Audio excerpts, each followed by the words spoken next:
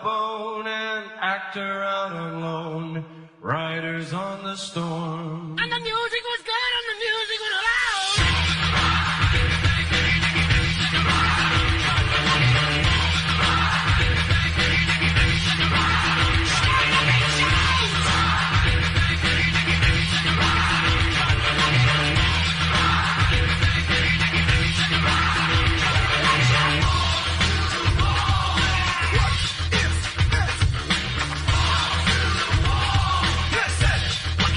Oh, Lord, now.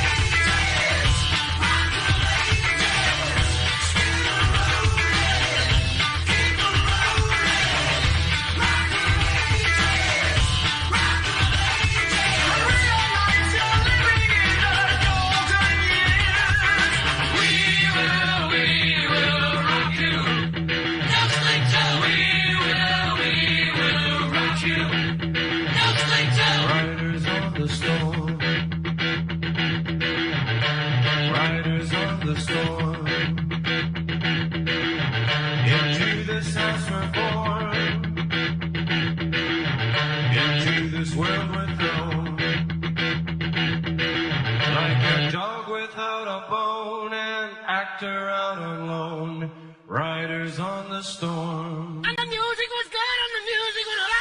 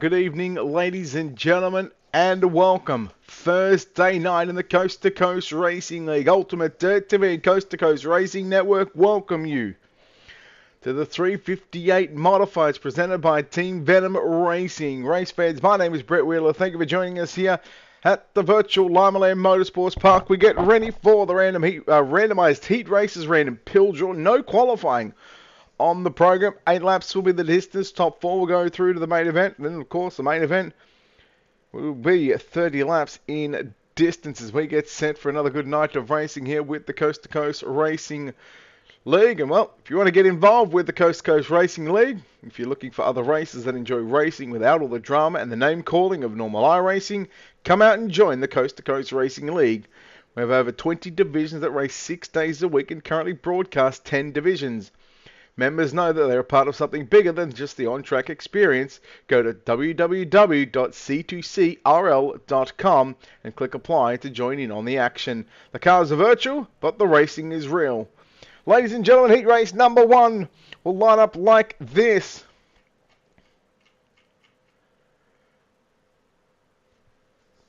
Heat number 1, thanks to Flatline Racing Bodies, we'll see your starting grid coming up on screen. It is John Krupa will line up from the pole position to the outside of the front row. Greg Boydell lines up at a position number 2.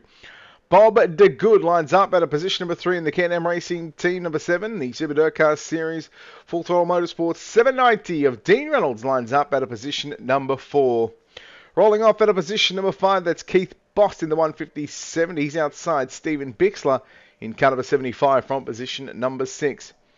Jim Bowie lines up the 058, front position number 7, 4th row to the inside, to the outside. The Mosso Motorsports, Joe Mosso, car number 63, lines up position number 8. We are ready for heat race number 1 here at the Limaland Motorsports Park. A big doubleheader on the program for the Coast to Coast Racing League. Triple header for Ultimate Dirt TV tonight. Right now we've got the 358 modifieds. Thanks to Team Venom Racing. We'll have the big block modifieds thanks to Super Dirt Car Series and Dean Reynolds and everything that everybody in behind the scenes make it all possible for the Coast to Coast Racing League. 20 divisions, 10 broadcasted. We get set for heat number 1, waiting for the green flag to drop. And we will go racing here at Limaland. Green flag is out. Boydell and Krupp are going to lead them down into turn number 1 and 2. Reynolds in that 79 machine, looking to the outside of the 7 machine of Bob DeGood as they work down into 3 and 4. 3 wide through 3 and 4 for the first time. Lap number 1 belongs to Greg Boydell. And now here comes DeGood to the inside. Reynolds getting shuffled back. He'll lose a couple of positions. That'll put Keith Bost in the 157 machine.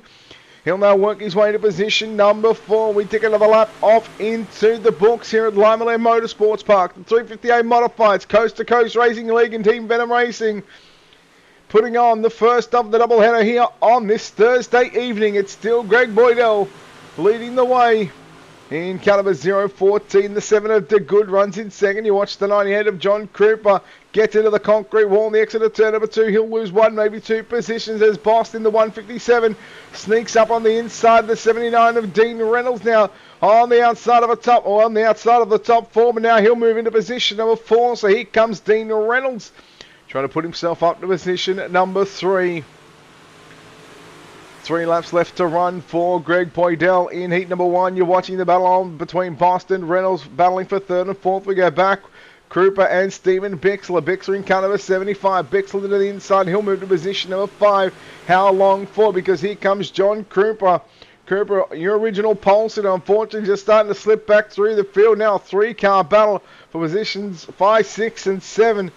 And we've only got one lap left to run here in heat race number 1 as we work down the back straightaway for the final time. Down into turn number 3 and out of turn number 4. By to the racing flagman. He's going to wave checkered flag on the Flatline Racing Bodies. Heat number 1, Greg Boydell gets the win from Bob DeGood home in 2nd. 3rd, we're going to Keith Boston. Reynolds home in 4th. And you'll look at Stephen Bixler rounding out the top 5. Joe Mosso, Jim Bowie and John Krupa. Unofficially for the moment, we'll wrap up Flatline Racing Bodies heat race number 1. Let's bring those results up on screen for you right now.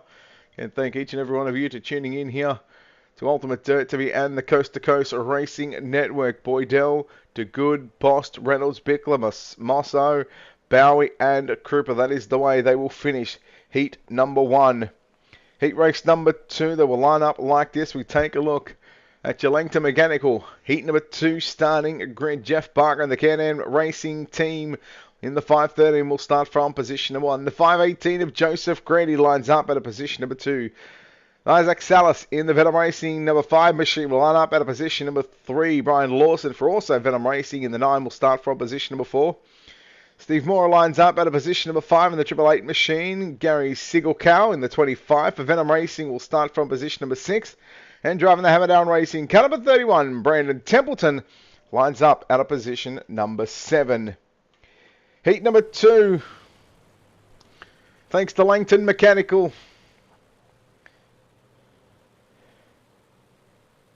Pace of the safety car will move infield.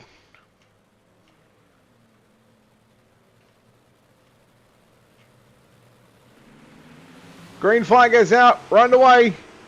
Heat number 2, Barker and Granny. Granny in the 518 swoops around to the outside.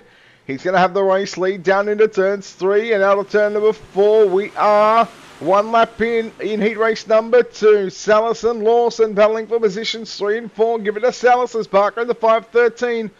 Holding on to position number 2 for the moment. But that could all change. We are still only a quarter of the race into heat number 2, thanks to Langton Mechanical.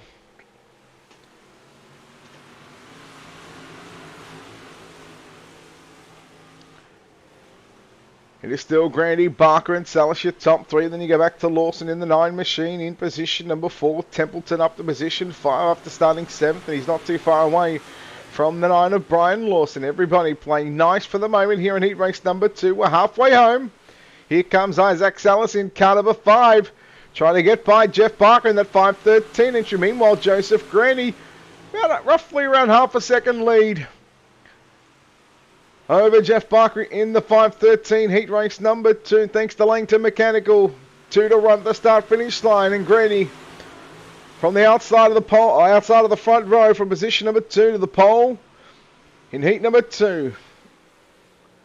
The Venom Racing 358 Modifieds with Coast to Coast Racing League. White flag goes out. Heat 2, Langton Mechanical. Joseph Granny once again leading the way down into turns 3 and 4. Final time checkers are out, and it is Joseph Granny getting the win. Jeff Barker home in 2nd. Isaac Salas in 3rd. Brian Lawson 4th. Brandon Templeton 5th. Steve Moore and Gary Sigelkow in position number 7 as heat number 2, thanks to Langton Mechanical, is done. And that will, of course, bring up heat race number 3. But before we do, we'll take a look at the finishing results of the Langton Mechanical heat 2. Grandy, Barker, Salas, Lawson, Templeton, Moore, and Sigelkow. The 7 drivers in the 2 heat races so far that we've completed. 3rd and final heat race of the night, thanks to Venom Racing. Let's take a look at your starting grid. So, Alex Pomelo will start from the pole position in the 397. To the outside, the Gable Motorsports, car number 69, Aidan Young from position number 2. Rolling off at a position number 3 in the Hammer Down Racing 218, that's Kurt Schatzer, and he's outside in the 93, Jason Butterfield from position number 4. The Graham Racing, car number 2 entry of Cody Graham lines up at a position number 5 to the outside. The Training Wheels Racing, car number 39 of Patrick Spangler from position number 6. And rounding up the 7-car field, right, driving the Thunder Ridge Racing, car number 28 entry, position number 7, and that is Jeff Sharp. Hello, Platzi. Hello.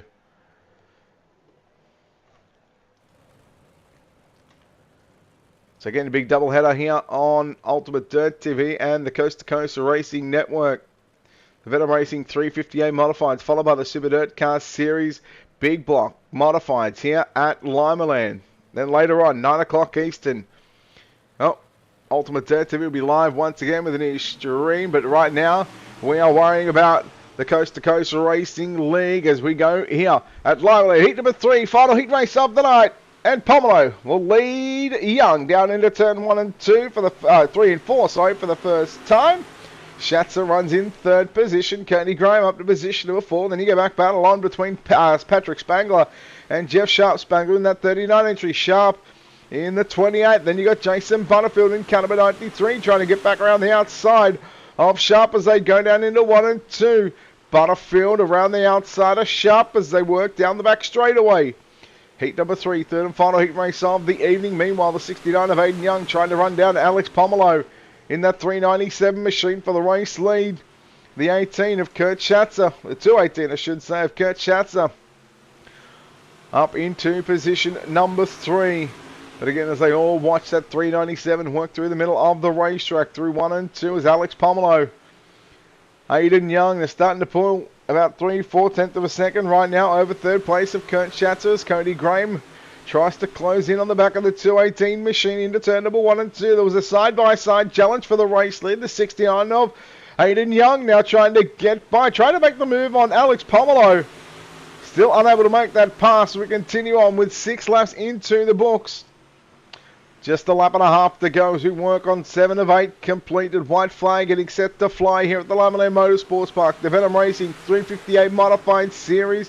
White flag is out. Final heat race of the evening for the 358s. 3 and 4 for the final time. Checkered flag is going to be waving, and Barney the R-Racing flagman waves it on heat race number 3 thanks to Venom Racing. Alex Pomelo will get the win from Aidan Young home in second. Kurt Schatzer in third. We take a look at your results here in a second because we have no consolation race. Everybody making the show. And we will go straight into the warm-up session. Drivers will go on track. While they're on track, give us an opportunity just to go through the feature race, heat race number 3 results. Thanks to Venom Racing, Alex Pomelo gets the win from Aidan Young in second. Kurt Schatzer in third. Cody Graham fourth. Patrick Spangler rounds out your top 5. Jason Butterfield home in 6th, and Jeff Sharp will find himself in position number 7. So, as we get ready for the feature race, of course, we'll have our Super Dirt Car Series starting lineup. If you want to get involved with the Coast to Coast Racing League, of course, you can check it out if you're looking for other races that enjoy racing without all the drama and the name calling of normal iRacing. Come out and join the Coast to Coast Racing League. They have 20 divisions that race 6 days a week and currently broadcast 10 divisions. Members know that they're part of something bigger than just the on-track experience. Go to www.c2crl.com and click on Apply and join in the action. The cars are virtual, but the racing is real. Coast to Coast Racing Network. Come out and join us on the Coast to Coast Racing Network on YouTube. Click subscribe to catch all the Coast to Coast Racing League action free. Join us for the Monday Night Madness from 8 to 10 p.m. Eastern as Marty and the SJRN bring you all the Rebels and Renegades action. Joe White bringing you the Topside Tuesday action featuring pro late models for the dirt racing side of things, followed by the NASCAR Truck Series. And Welcome Home Wednesdays feature the Hometown Heroes with OSR Network from Knoxville, followed by our new Cars Tour Stock Car Division. Extreme Speed TV brings you all the action for the Thursday Night Thunder, featuring the Dirt Modifieds and the NASCAR Xfinity Series. Catch all the action by subscribing to Coast Racing Network today. Coast to Coast Racing School. Check out Coast to Coast Racing School, where our league's top drivers have volunteered to help league drivers improve their driving skills free of charge. They will be offering help on various skill sets such as qualifying, driving lines, driver awareness, and setup advice. Go to www.c2crl.com to schedule a session. And of course, the Steve King Foundation Safety Car Pace Truck. The Steve King Foundation was formed to help the dirt track racing community across the country by providing financial assistance to drivers, pit crew members, racing officials, track operation personnel, or the immediate families of those individuals who suffer serious injury, illness, or death. We are done on the warm-up session. The 358 Modifieds, thanks to Venom Racing and the Coast to Coast Racing League. We are about to get into your Super Dirt Car Series starting line. Of course, the Super Dirt Car Series, the Northeast Premier Series, showcasing the big block Modifieds Premier drivers from Florida to Canada. The Super Dirt Car Series visits some of the most exciting dirt tracks in front of the biggest crowds. The ground-pounding, earth-shattering, window-rattling beast of the Northeast. It's the Super Dirt Car Series. Let's take a look at your starting grid, ladies and gentlemen. From back to front, position number 22, it's John Kruber. To the inside, position number 21, Jeff Sharp. Position number 20 is Gary Siegel-Cow, and to his inside, position number 19, Jim Bowie. Jason Butterfield from position number 18, Steve Moore, position number 17, Joe Masso, position number 16, Patrick Spangler, position number 15. Brandon Templeton, position number 14. Position number 13, Stephen Bixler. Cody Graham, position number 12. Position number 11, it's Brian Lawson. Your top 10, position number 10, it's Dean Reynolds. And position number 9, Kurt Schatzer. Position number 8, Isaac Salas. Position number 7, Keith Bost. Position number 6, Aidan Young. Position 5 of Jeff Barker. Bob DeGood, position 4, Alex Pomelo. Position number 3, Joseph Graney. Position number 2, Greg Boydell. Position number 1, ladies and gentlemen, it is time to go racing. Here at the Liverland Motorsports Park, the Coast to Coast Racing League, 358 modifieds. Thanks to Venom Racing, we are green. As the field leads down into 1 and 2, it is going to be the 14 of Greg Boydell, the 014 I should say. Here comes Green into the outside. Lap number 1 belongs to Boydell. They go 2 by 2. Oh no, the 397 gets a little nudge from behind. We're about to go yellow. It's Calamity Corner on the back straightaway. No bye. Oh my. Early caution. The Salty Dogs caution. Let's take a look at the instant replay. I believe it all started with Alex Pomelo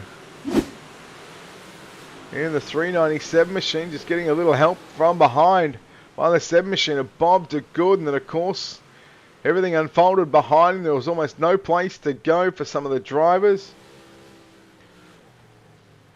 Joe Mosso in the 83. Make that 63, apologies. So we come back live here from the virtual Liverland Motorsports Park.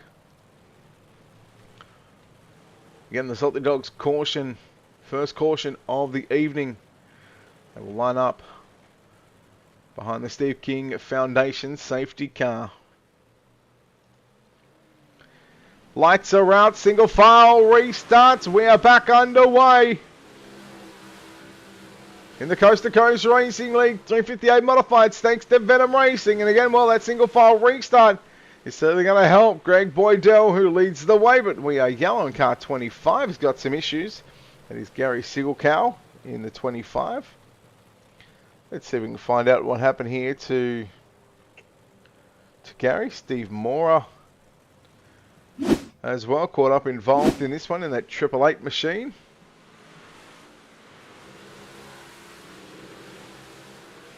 fact, that was a totally different incident, so the 25 just went around by himself. In fact, it was Steve Moore that was actually just checking up, so everybody else will check up, and the Salty Dogs caution is done. As again, we'll bring out the Steve King Foundation safety car, because it's realistically, it's not the pace truck, it's the safety car for the moment, and it is lined up on the back straight away, and we'll get these drivers lined up to where they need to be, and of course we'll get the drivers back into the single file formation. And I appreciate each and every one of you here on the Coast to Coast Racing Network and live across the Ultimate Dirt TV social media pages as well. The only dirt broadcaster to have access to over 50,000 followers, and that's not including the Coast to Coast Racing Network. So we hope that you're enjoying the show, and hope that you're going to enjoy the show for the remainder of tonight. Of course, we'll have run after the 358 modifieds, thanks to Venom Racing. We'll have the Super Dirt Car Series Big Block modifieds right here from Liverland Motorsports Park. Well, the green flag is out. And that was talking about leaving it to the last second. And oh boy, there's some contact there for third place. Bob DeGood in car number 7. Everybody just sort of struggling for the moment, trying to get themselves into a rhythm as our Salty Dogs caution will come out once more.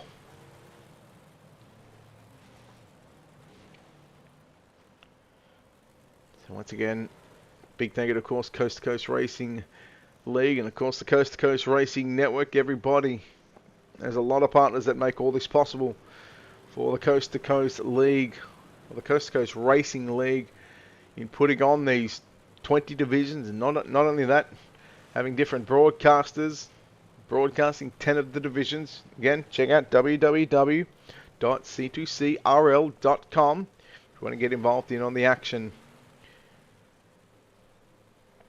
Don't forget, check them out on the Facebook page as well. And again, there is a whole list of sponsors that make the wheels turn here at the Coast to Coast Racing League, and of course on the Coast to Coast Racing Network.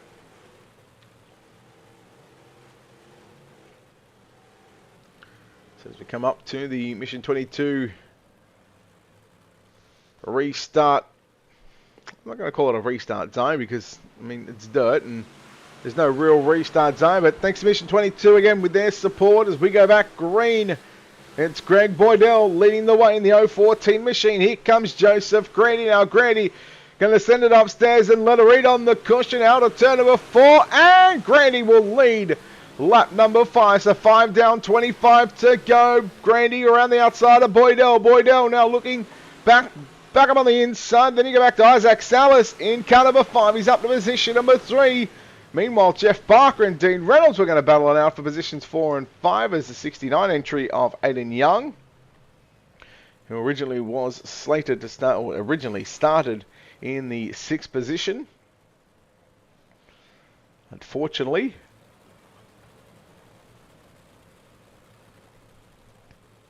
finding himself back in the pit area.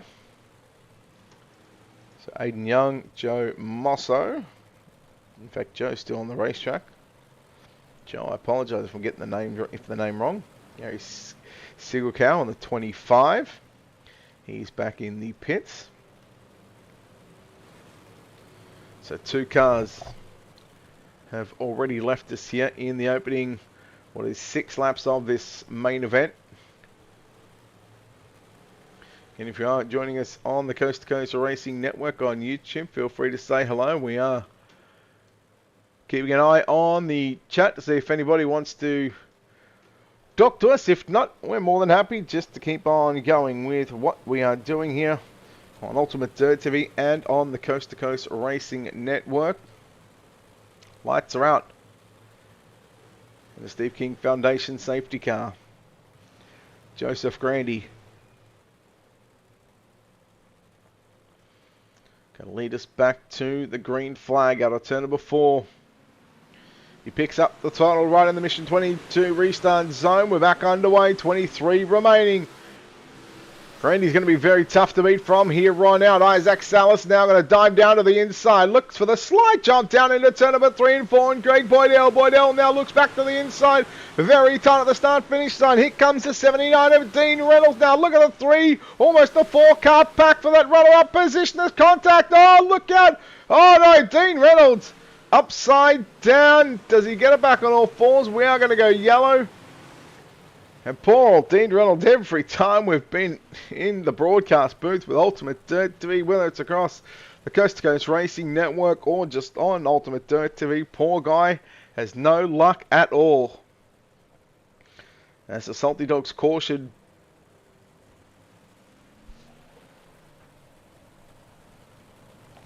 Sorry, just had to fix something up. The Salty Dogs caution flag waves once again here at the Limelay Motorsports Park. Joseph Grandy in the 518 leading the way. Boydell in 2nd position. Then, of course, you go back to Salas in 3rd. Now you're looking at Jeff Barker in 4th. Keith Bost in 5th. Kurt Schatzer in 6th. Brandon Templeton 7th.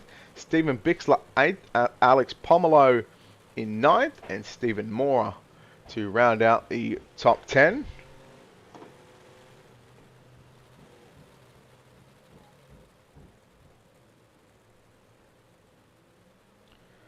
Don't forget the Super Dirt Car Series Big Block Modifieds come up in roughly about half an hour's time, depending on how long we take to get this race into the history books. As we're back underway, green flag is back out and we are about to be 10 laps in. Slight job from the 5 of Isaac Salas, but Greg Boydell in the 014 machine has found his way back to position number 2. Jeff Barker in the 513 is up to position number 4. Battle is on once again.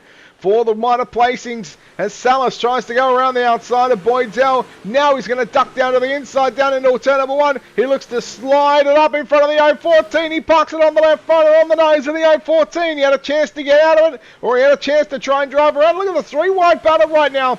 The 513 of Jeff Barker, along with the 218 of Kurt Schatzer. And then, of course, you got the 31 of Brandon Templeton. They were 3 wide in 3 and 4. On the previous lap, we're a couple of laps away from half race distance. Problems for the 25 entry. Gary Siegelkow just trying to stay out of harm's way. Everybody trying to navigate by that 25. Oh, look out. A big slider gone wrong, but we're going to go yellow. It's the 93 Jason Butterfield who will find some issues. Boydell, little contact there with Salas just after the yellow. Maybe not too happy that he parked it on the nose of the 014, but anyhow, the drivers will race on, and the Salty Dogs caution flag comes out once more.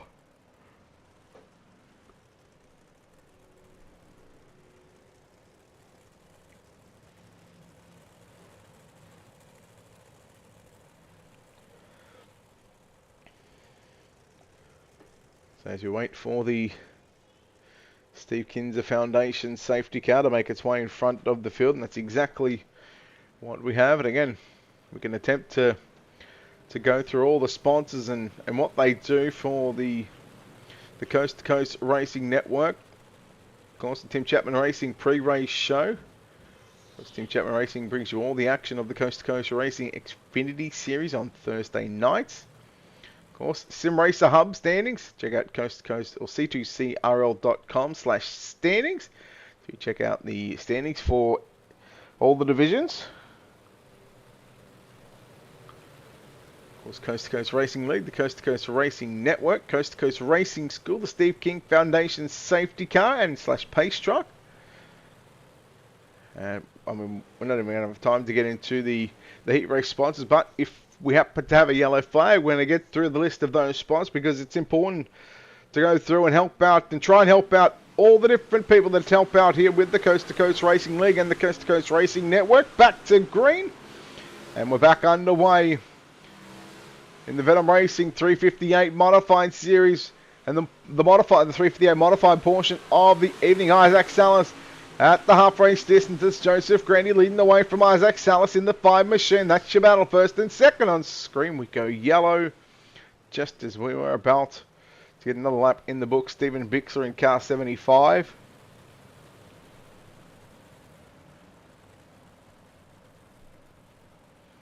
So the heat race sponsors, of course, Flatline Racing Bodies, Langton Mechanical, Venom Racing, Mora Farm Management of Clarence, Iowa, the Salty Dogs Racing Team, B-Main sponsor Gambler Motorsports. Of course, we had the 3-minute warm-up session thanks to Oshweekend Speedway. Check out GeForce TV, featuring live program year-round and countless hours of on-demand videos, and all free. GeForce TV will be your first stop whenever you want to see the latest and hottest racing from across all across Ontario, Canada. Of course, the driver of the week, thanks to Mora Farm Management. Of course, the feature race, the Super Dirt Car Series starting lineup, the drone view, and we do have that, thanks to Young Gun Creations. Of course, the Salty Dogs Caution. The replay, thanks to Malcolm's Mills Mill Riding. That is a tongue twister. Of course, the Mission 22 Restart Zone, the green flag brought to you by Lucy Olsen 3. Of course, the Flatline Racing Body Hard Charger, and we'll get to the other broadcasters that help out with the Coast to Coast Racing Network. But right now, we've got 14 laps left to run here in the Venom Racing 358 Modifieds here at Limaland. And can Joseph Grandy, can he hang on? Because Isaac Salas, he is right there with him. Half a car length separate the pair. Make it almost 2 car lengths now as they work down into 3 and 4. Another lap in the books. That is 18 down, 12 laps remaining. Salas trying to close in on your race leader of Joseph Grandy. Salas, who started position number 8, and he's up to the runner-up position. So he certainly had his work cut out for him. But as we close in on the final third of this race, now battle on for that 4th and 5th position. Right now, the 31 of Brandon Templeton slides up in front of the 157 of Keith Bost. Everybody behind him checks up. Schatzer in the 218. 3 wide. Look at the 397 of Alex Pomelo coming back through the field. Remember, he had some problems there on the opening lap. Meanwhile, slide job for the race lead. Grady back to the race lead down into 3. Grady slide job. Salas turns it back underneath him now. 9 laps left to run. Isaac Salas from position number 8 outside the 4th row, and he is into the race lead. They come up to the 75 of Stephen Bixler. Going to put him a lap down. Bixler slides up. Oh, gets all sorts of crossed up, and both Grady and Salas had to take evasive action. Salas puts the slider on the 75 of Bixler. Now here comes Grady in the 518. He'll quickly dispose of that 75 into turn number 3, out of turn number 4. You are looking at 1/8 of a second lead for Isaac Salas, and with 7 laps left to run. Boy, oh boy, is Joseph Grady going to have to get up on the bike, get up on the wheel. Boydell in the 014, because look out, Brandon Templeton, he's now in position number 3. There was a bit of contact, and we're going to go yellow. And that 1/8 of a second lead was almost brought out to a full second for Isaac Salas, and now that is going to get taken away, as we are going to have a final 5-lap sprint to the end in your main event in the Venom Racing 358 Modifieds, here with the Coast to Coast Racing League, and live on the Coast to Coast Racing Network and live on Ultimate Dirt TV. Of course, we will visit the Extreme E-Speed TV Victory Lane. Of course, don't forget Dylan Westbrook Racing as well. You can get hats, shirts, and more from 4-time Weekend Speedway champion and current ASCS driver, the 47X of Dylan Westbrook, in the Coast to Coast Speed Shop on the Coast to Coast website.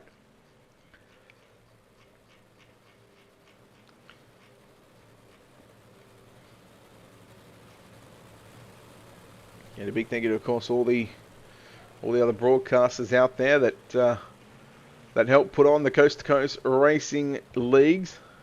Of course, live on the Coast to Coast Racing Network, SJRN, OSRN, and of course Extreme Speed TV.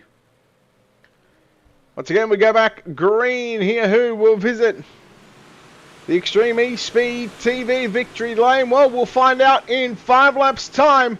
Right now, it is Isaac Salas leading the way. We'll watch Boydell and Templeton. Now here comes Kurt Schatzer trying to make a move on the inside, trying to sneak his way onto a podium position.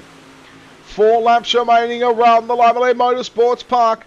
Watching the battle for 3, 4, 5, and 6 on screen from left to right. The 014 of Greg Boydell holding down the final spot on the pony. But here comes Brandon Templeton, who had to start outside the 7th row. That's position number 14. He is plus 10, so he is looking to be tonight's hard charger. But how about Jeff Sharp from 21st up to position number 9? So Jeff Sharp in the 28.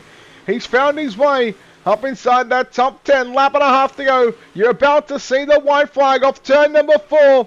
The Coast to Coast Racing League 358 Modified. Thanks to Venom Racing, we are 1 lap away from finding out who will claim victory here at the Lively Motorsports Park. Into turn number 3 and out of turn number 4 for the final time.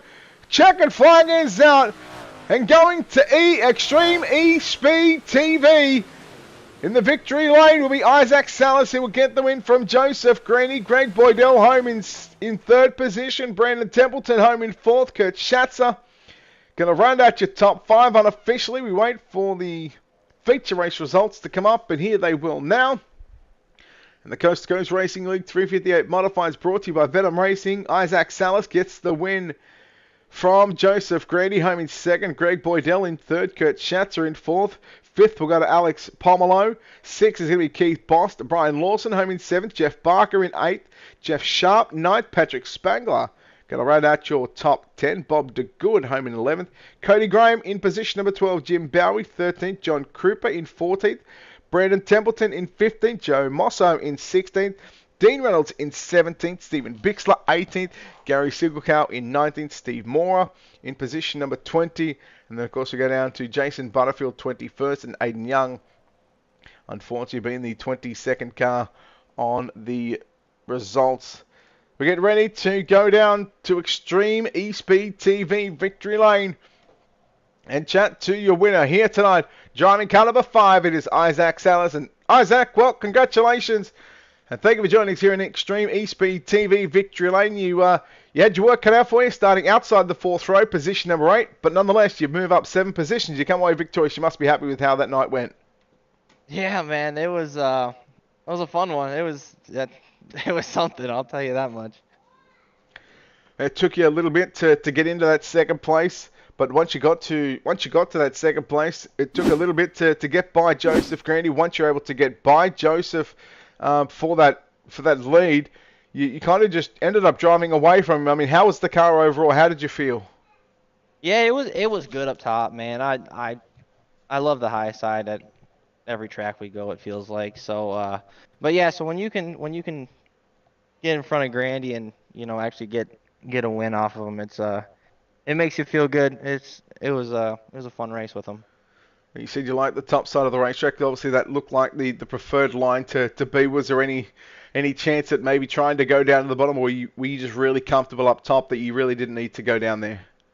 The top, man. I was loving. I got lucky here early with kind of running the middle.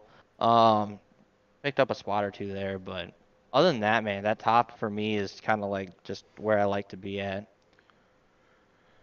Well, congratulations on picking up the 350A modified win thanks to Venom Racing. Isaac, no doubt a lot of sponsors on this car, a lot of great people behind the scenes to make this possible. Now's an opportunity to thank each and every one of those guys that helped get you here into Extreme E-Speed TV Victory Lane.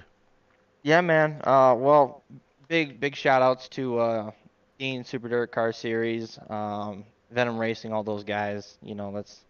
Those are my guys there. Support me every week. Magnum Race Designs, Got Your Six Racing Network, RSN Trackside, Simtrax Broadcasting. Yeah, Dirt Track Bank. Everybody here in Coast to Coast, Mission 22, everything they do. My grants with Top Notch Trucking.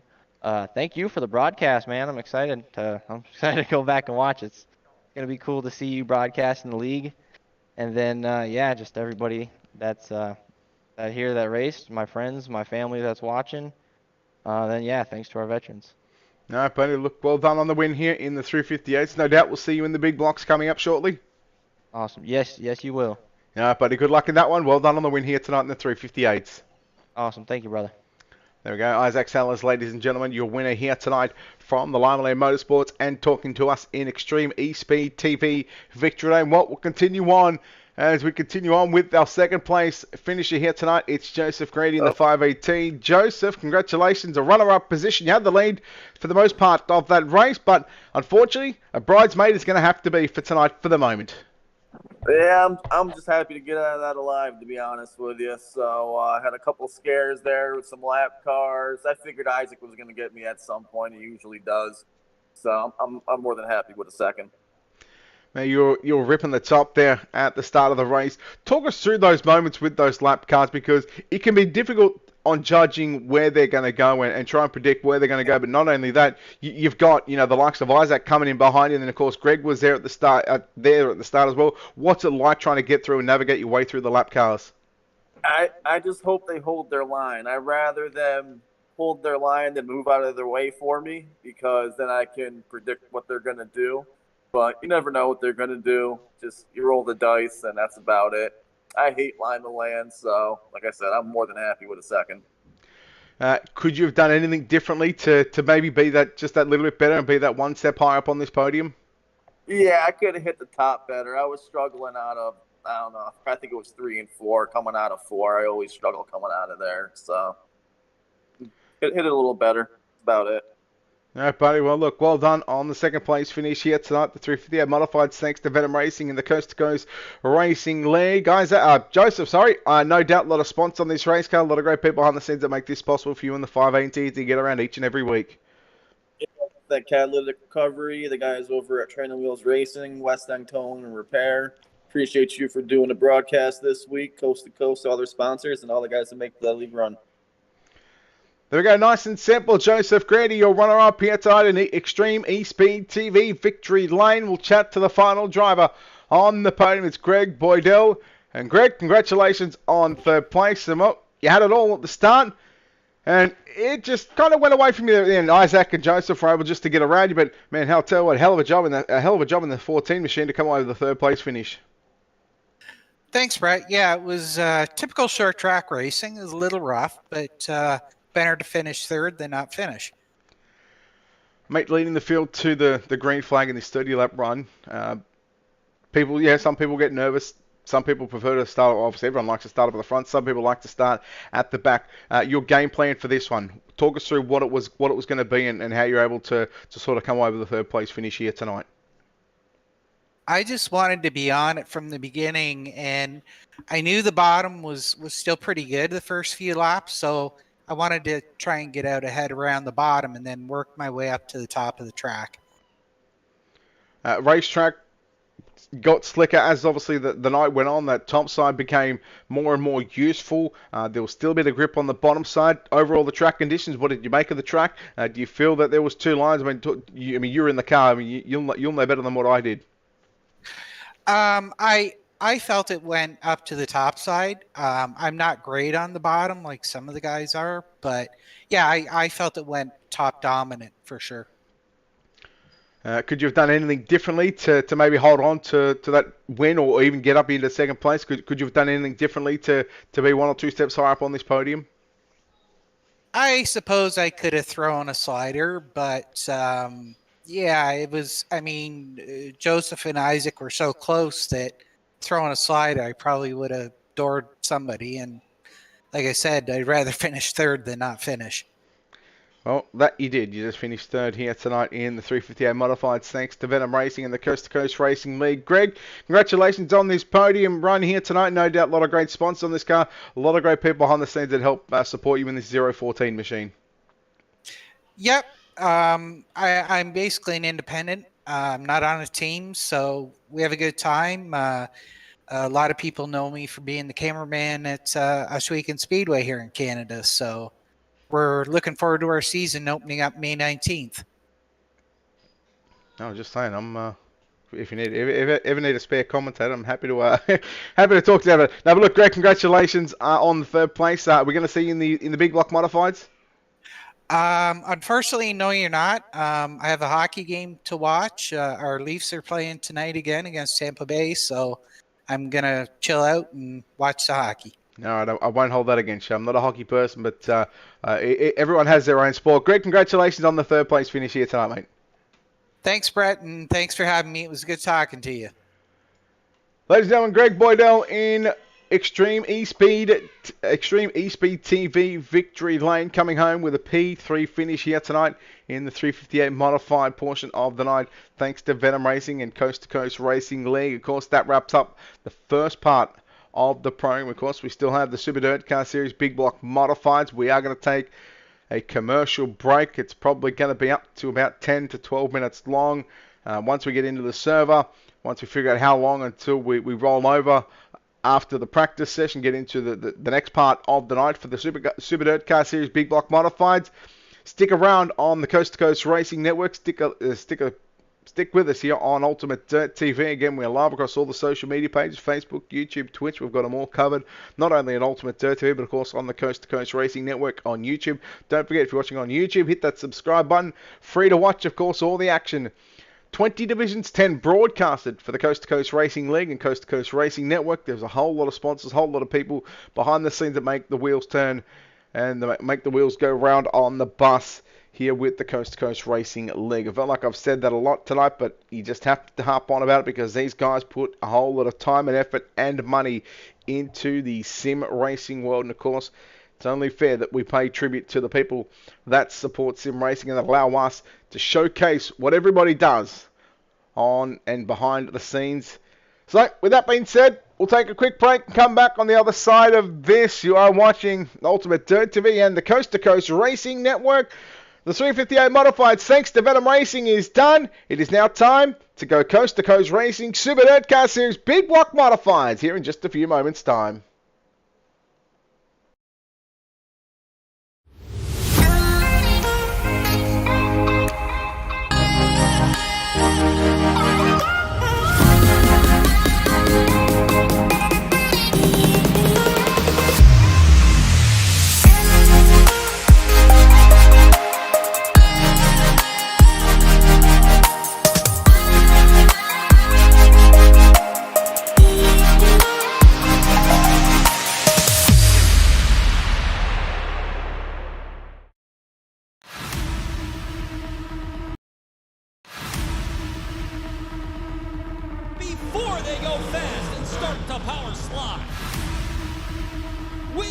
recruits you with the big blocks, 4 wide.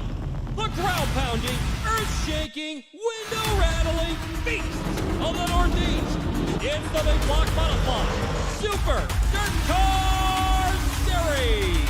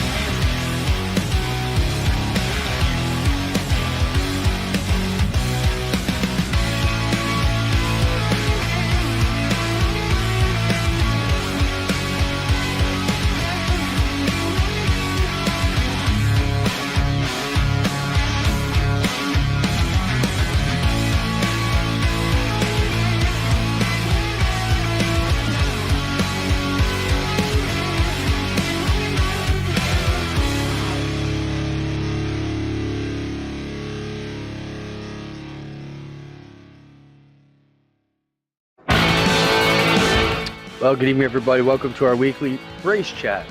Adam Ross and Clinton Jeffrey are live and interactive every Tuesday night. Rivals Race Chat is your home for race discussion, debate, news, interviews, and more. They'll even take your questions and comments live on the air and talk to some of the newsmakers each week. Tune in every Tuesday night at 8 p.m. on GeForce TV.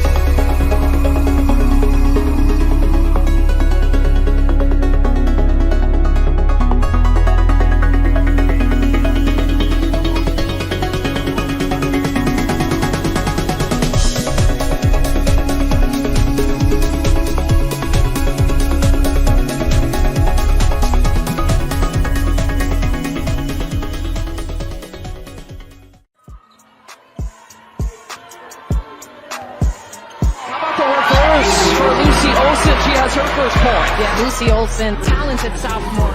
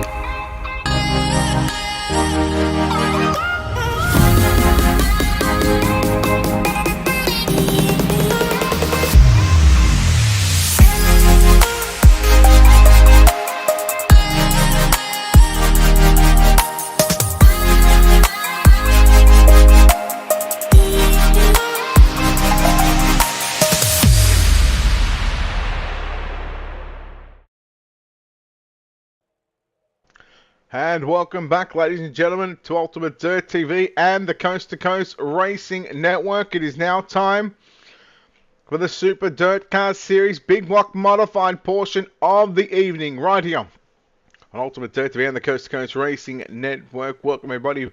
Brett Wheeler once again with you for the call. Thank you, Roger. Appreciate it. When you get ready for part 2 of this doubleheader here with the Coast to Coast Racing League. And well, speaking of Coast to Coast Racing League, if you're looking for other racers that enjoy racing without all the drama and the name calling of normal iRacing, come out and join the Coast to Coast Racing League. We have more than 20 divisions that race 6 days a week and currently 10 broadcasted divisions. Members know that they are a part of something bigger than just the on-track experience. You can check us out on the World Wide Web at c2crl.com and click apply and join in on the action. The cars are virtual, but the racing is real. Of course, all the action live brought to you on the Coast to Coast Racing Network. Come out and join us on the Coast to Coast Racing Network on YouTube. Click subscribe and catch all the action live once again here on the Coast to Coast. Catch all the action from the Coast to Coast Racing League. Join us for Monday Night Madness from 8 to 10 p.m. Eastern with Marty and the Slide Job Racing Network. They bring you the Rebels and the Renegades action. Joe White to bring you the Topside Tuesday action featuring pro late models for the dirt side of things, followed by the NASCAR Truck Series. And again, Welcome Home Wednesdays feature the Hometown Heroes with OSR Network from Knoxville Raceway, followed by our new Cars Tour Stock Car Division. And of course, Extreme Speed TV bring you all the action from Thursday Night Thunder featuring the Dirt Modifieds and the NASCAR Xfinity Series. Catch all the action by subscribing to the Coast to Coast Racing Network. We get ready for heat race number 1 thanks to Flatline Bodies. Your starting grid. Again, no qualifying, straight into heat racing action. Jeffrey Kemper in the Gambler Motorsports 181 will start from position number 1. John Cooper in the Graham Racing number 98 from position number 2. Position number 3 will be Aiden Young in the Gambler Motorsports 69. Brian Lawson from position number 4 in the Venom Racing number 9. Position 5 is a 518 entry of Joseph Grandin. He's outside the Training Wheels Racing car number 39. Patrick Spangler from position number 6. Position number 7 will be the 397 of Alex Pomelo, and to his outside the LGR Motorsports car number 56 of Randy Shrees from position number 8.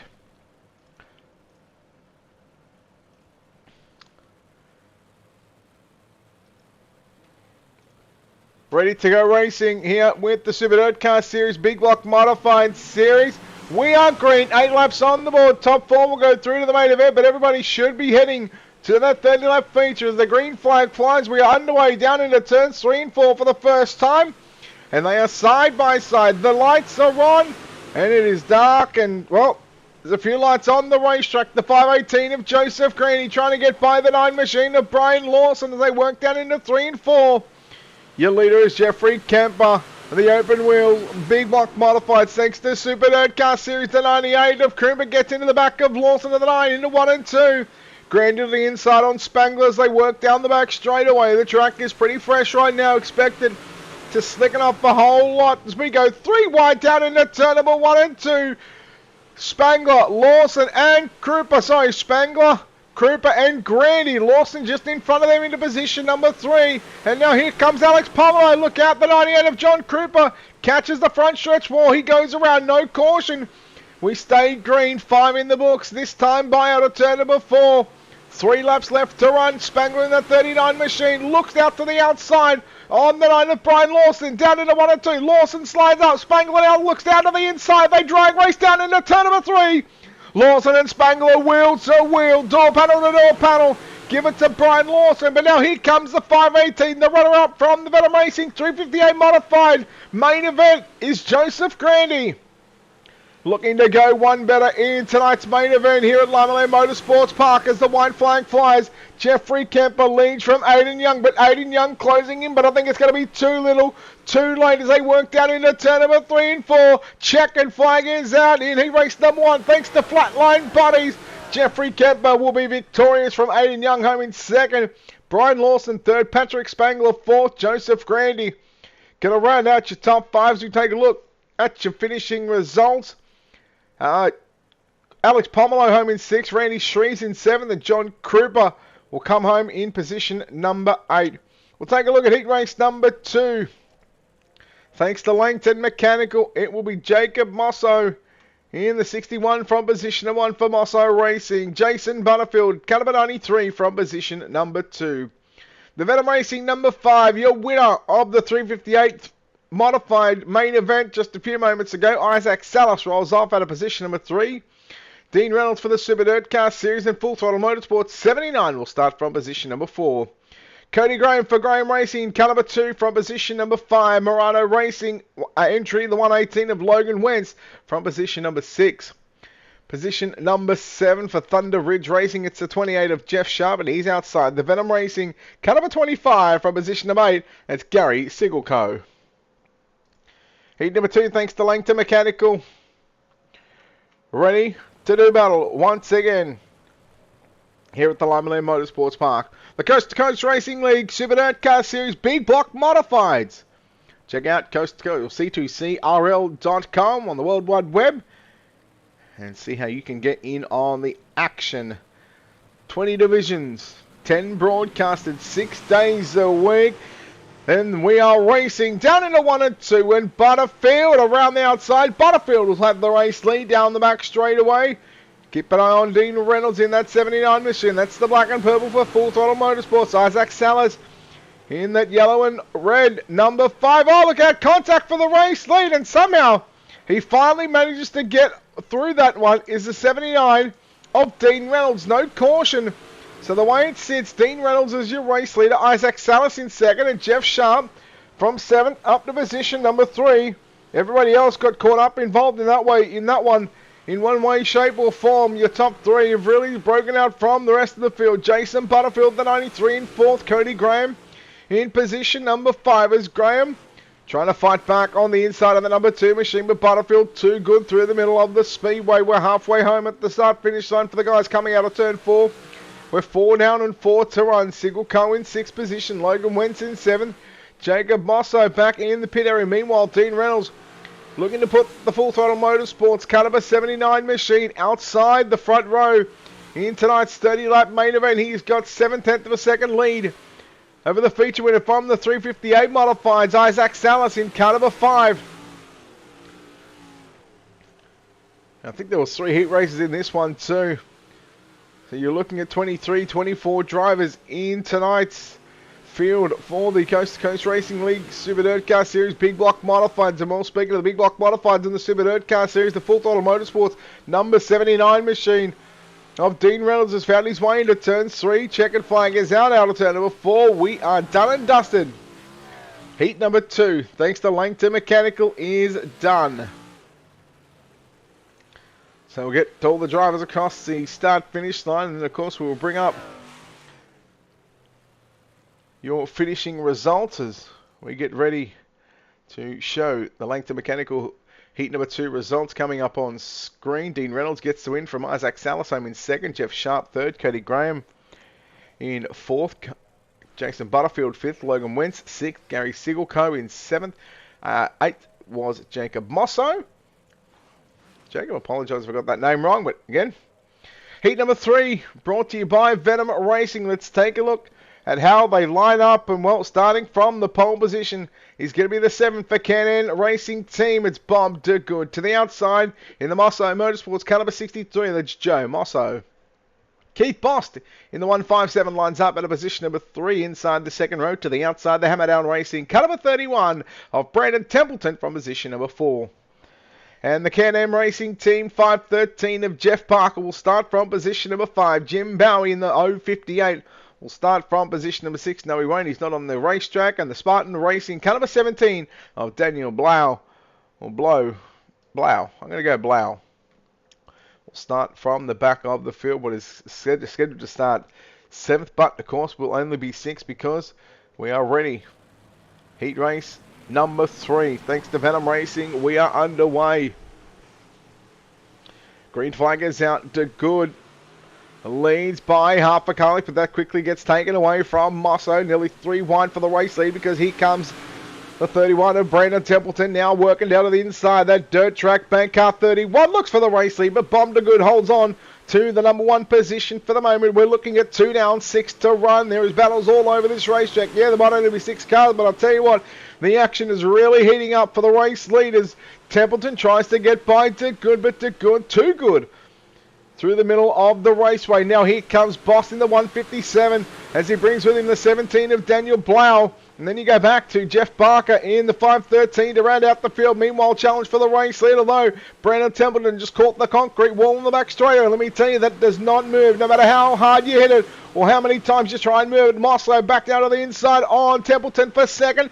Templeton too good gets the run on the exit of turn number 2. Looking for the cutback line maybe is Brandon Templeton. No, stays mid-track. 3 laps left to run in heat race number 3, the final heat race of the night for the Super Dirt Car Series Big Block Modifieds. In conjunction with the Coast to Coast Racing League, as this battle for first, second and third is really starting to heat up, but time is running out for everybody except Bob DeGood, because right now he looks to have, he's got a car length advantage right now over Brandon Templeton. He gets a little crossed up there on the exit of turn number 4, loses a little bit of ground, a little bit of momentum, as here comes Templeton to the race lead down into turn number 1 and 2. They make contact, and look at Joe Moss on the outside, down into 3 and 4. Final time, who's going to get the win in heat race number 3? DeGood gets into the side of Templeton, and Joe Moss, with a run on the outside, gets the win in heat race number 3. Oh, the Venom Racing final heat race of the evening is done and dusted, not without its dramas. Heat 3 is done. We wait for all the cars to come across the start-finish line. Wait for them to get the checkered flag. Of course, now we go right into the warm-up session, which gives us a chance to talk and do what we do best. But Heat 3 results thanks to Venom Racing. Joe Mossau gets the win. Daniel Blau home in second. Jeff Barker third. Brandon Templeton. Keith Boss round out your top 5. And Bob DeGood comes home in position number 6. Of course, Jim Bowie.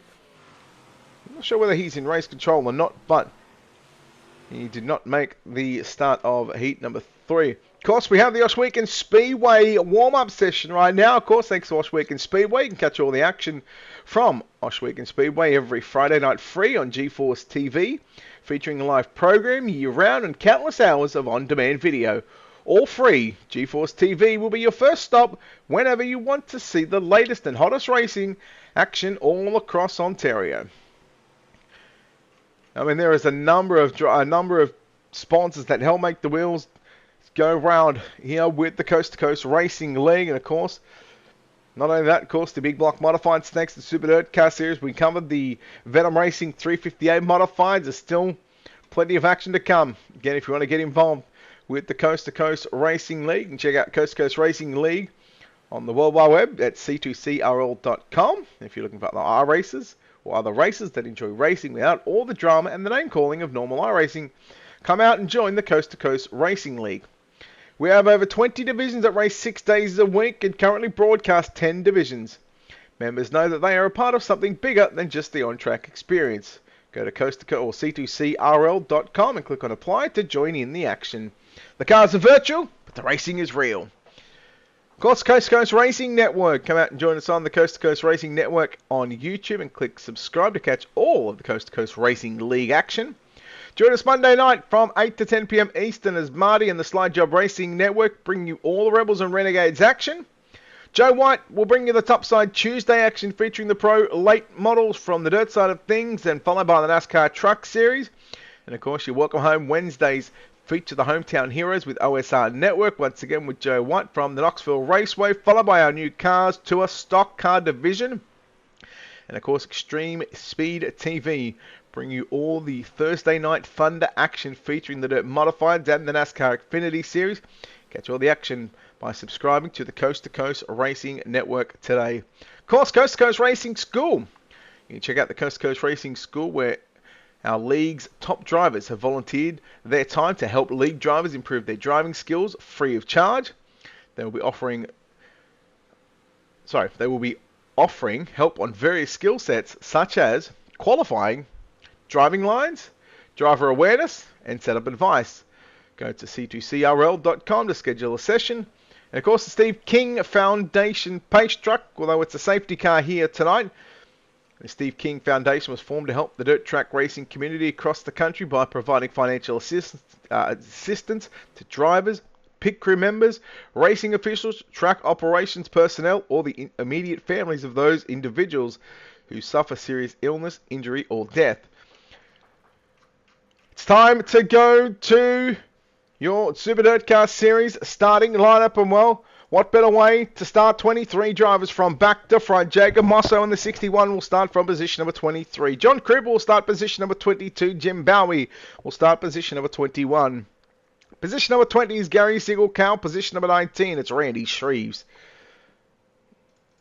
Let me just get rid of this because I'm going to bring up this and hoping that it works. It does. Position number 18, Bob DeGood. Position 17, Logan Wentz.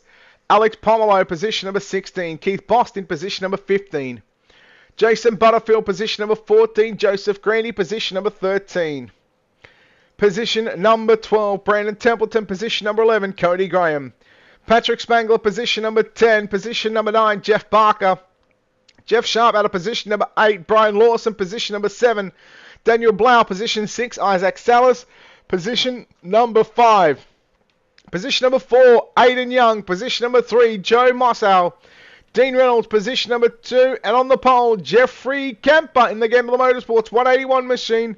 30 laps is the distance. Ladies and gentlemen, the Coast to Coast Racing League Super Dirt Car Series. Let's get dirty for 30 here at the Lovely Motorsports Park. And we are green down into 1 and 2. And it's going to be Kemper leading the way from Reynolds. Oh no, Isaac Salas. There was contact with Lawson on the exit of turn number 2, and Isaac Salas is going to find himself mid-pack right now. Car stopped upside down. It's the 93, Jason Butterfield in turn 1, but there was also turn 2 and on the back straight away.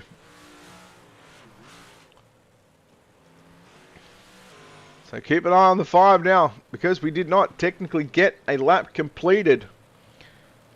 The drivers will go back to their original starting positions, which means for the likes of Isaac Salas, well, talk about catching a lucky break. And don't forget, he was the winner of the Venom Racing 358 Modifieds. He had some probably 30 minutes ago.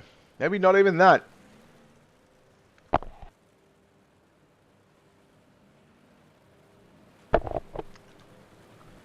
As we are under the Salty Dogs caution. And the Salty Dogs racing team. It's composed of many of the senior members of the Coast to Coast Racing League and have been released from the home to create havoc and chaos on the track. Whenever 3 or more dogs are in the race, a dog bone will be awarded to the highest finisher. We go back green here at Limaland. Don't count the 26 laps to go because it should go back to about 28 here in just a few moments' time. As it's going to be Jeffrey Kemper leading the way from Dean Reynolds. Joe Mosso in the 63 machine in the 3rd position just as we complete lap number 2. And again, that ticker will again just play a little havoc for the moment just until we get the green flag. And there it is, goes back to lap number 2 of 3. So 28 to run. I want to play with the instant replay, but I don't, just for the simple fact that I don't want it to crash and have to do something that I don't want to do. But Logan Wentz and John Krupa are the 2 drivers involved. So Krupa at the back in the number 98 machine along with Logan Wentz, who is just in front of him. Randy Shreves coming back out onto the racetrack, that LGR Motorsports car number 56 machine. Jeffrey Kemper, your race leader, so the lights are out on the Steve King safety car. And the Mission 22 restart is in effect for the 181 machine of Jeffrey Kemper. Can he go to victory lane? It's too early to tell. He's got a lot of good drivers behind him, but right now he is leading the way. We will start lap number 3. Again, just let the ticker do its thing. It's going to go a little berserko. Right now, we'll continue calling the action with what we've got. It's Kemper leading the way from Reynolds. And you go back about a line between Mosso and Young. Young on the inside in the 69. And here comes Isaac Salas. We heard it in the interview with Isaac. during the 358 one. He said he loves to rip the lip no matter where you go to. The 5 is just going to send it upstairs, and he's going to try. He's going to be patient. He has to be patient. He has to wait for the mistakes to come. Meanwhile, Reynolds trying to come after Jeffrey Kemper for the race lead. But meanwhile, the 3-car battle on for positions 3, 4, and 5 is just too good to pass up. Right now, Kemper still holds on to the number 1 position. Mosso in the 63 machine working to the top side of the racetrack with the 5 of Isaac Salas. That's 3rd and 5th position. The man that splits him is the 69 of Aiden Young. Working the middle of the raceway. Meanwhile, Dean Reynolds coming after Kemper for the race lead. We are 6 in, 24 to go. And now there is your top 5 on screen. You can really throw Grandma's quilt over it. We go yellow. Just as the top 5. Just as the top 5 are done. Just starting to break away from the field. And I'm sure these yellows are going to help the likes of Jeffrey Kemper. Because one, he doesn't have to worry about the lap traffic and the potential of having to deal with the lap cars, and a part where we all know lap cars will always play a part in the outcome of the feature event, whether it's good, bad, or the ugly. And we hope that, you know, as drivers in the lead, you can only hope that they hold their line. And we've already spoken to a number of drivers, course, in the Extreme E-Speed TV victory lane for the Venom Racing 358 modified portion of the night. And again, they wanted the lap cars to hold their line. That's exactly how they can work around it, and predict it, rather than not knowing where they're going to go. That's where it can become unstuck for the drivers. Anyhow, the Coast to Coast Racing League Super Dirt Car Series Big Block Modifieds, we're about to go back green. The Steve King safety car pulls off. We go back to the Mission 22 restart, and we are back underway. 23 remain, 7 in the books in this main event. And again, once again, it's Kemper to lead Reynolds. Mosso in 3rd. Once again, Young, Salas, they round out your top 5. And look at Isaac Salas around the outside of the 69 machine. He pulls up alongside him down into turn number 1. Salas trying to rip the lip and knock down the fence, sell some t-shirts while he's there. Salas, Young, wheel to wheel, one on the top, one on the bottom. Mosso in the middle of the racetrack. Mosso slides up in front of Salas now into turn number 1 and 2. Salas tries to come back through the middle of the racetrack. Where does he go now? 3 wide down into turn number 3 and 4. There's also a battle on for the race lead because here comes Dean Reynolds. Watch Reynolds in the Full Throttle Motorsports Super Dirt Car Series car number 79 to the outside. 20 laps remaining. Reynolds now rockets to the race lead, but only to be brought undone by the yellow flag, and Jeffrey Kemper. Parking lot in turn 1 with a couple of cars. Jeffrey Kemper, with a bit of luck, will now take back the race lead, and you need your luck in the races. Hello, Senior. Hello, Mark. How are you, buddy? Thank you, Marty. I look forward to having the Coast to Coast Racing Network once again live back on the asphalt side of things. Thank you, Randy. Appreciate it. So a big night. Big night of racing with the Coast to Coast Racing League. We had the Venom Racing 358 Modifieds here from Limaland. Now, of course, to wrap up this doubleheader on the dirt side of things. It is the Super Dirt Car Series Big Block Modifieds, the Coast to Coast Racing League. Check out c2crl.com to get in on the action. 20 leagues, 6 nights a week, 10 broadcasts. A lot of money being spent on broadcasts, a lot of money being spent on the service, creating the leagues, and boy, oh boy, well worth the price of admission. We go back to green. 19 laps remaining, so that is 11 completed. And there again, there's a number of places to watch. You watch Dean Reynolds. Oh, we go yellow. Salas tried to move there on the inside of Joe Mosso in the 63. Again, that was quickly shut down with the yellow flag coming out. So a couple of things to watch here on these restarts. You watch the run that Jeffrey Kemper gets. Dean Reynolds, look, he needs to be right up on that rear bumper. He needs to be a lot closer. He needs to know when Kemper is going to go. If he lets Kemper get too far in front, if the yellows keep coming out like they are, every 3, 4, 5 laps, no matter what it is, or if it takes 10 laps, it takes a number of laps to get the momentum wound up in these big block modifieds. Then you've got to, once you've caught the guy, then you've got to figure out how to pass him, and you've got to do it. You can't just go out and fence the guy. You know, you want to have that respect, and the respect is always going to be there for these drivers. But it is short track racing. Things can happen. Lights are out on the Steve King safety car again. Once again, it is the 181 machine of Jeffrey Kemper to lead us back to the Mission 22 restart. Yeah, I'm not going to say restart zone because there's no such thing as a restart zone on dirt. Asphalt, yeah, you can get away with it. Dirt, no. So we're just going to go with the Mission 22 restart. Back underway. A little bit better of a start there, or restart I should say, from the 79 of Team Reynolds. The other thing to keep an eye on is Isaac Salas in the 5 machine trying to move past the 63. Now he'll slide up. No, he noticed he made the pass on the bottom. We spoke to him in the interview in the win for the 358. He said he loves ripping the lip, so now he's going to spend a couple laps trying to battle with the 63 of Joe Mosso. Once again, a big slide job coming out. He gets a little tight once again. We are yellow, and there it is. That's what I was talking about. You start yourself, finding yourself getting into a rhythm, and then of course that yellow comes out. It just breaks up the momentum.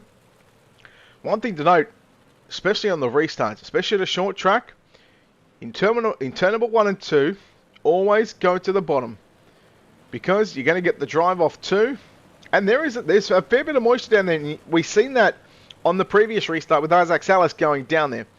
Yeah, it might be tough to hit down there, but you can get the drive off the corner because you're not losing that momentum. You're not waiting for that car to build up. Once you can get that momentum build up down the back straightaway, then you can go back to the top side.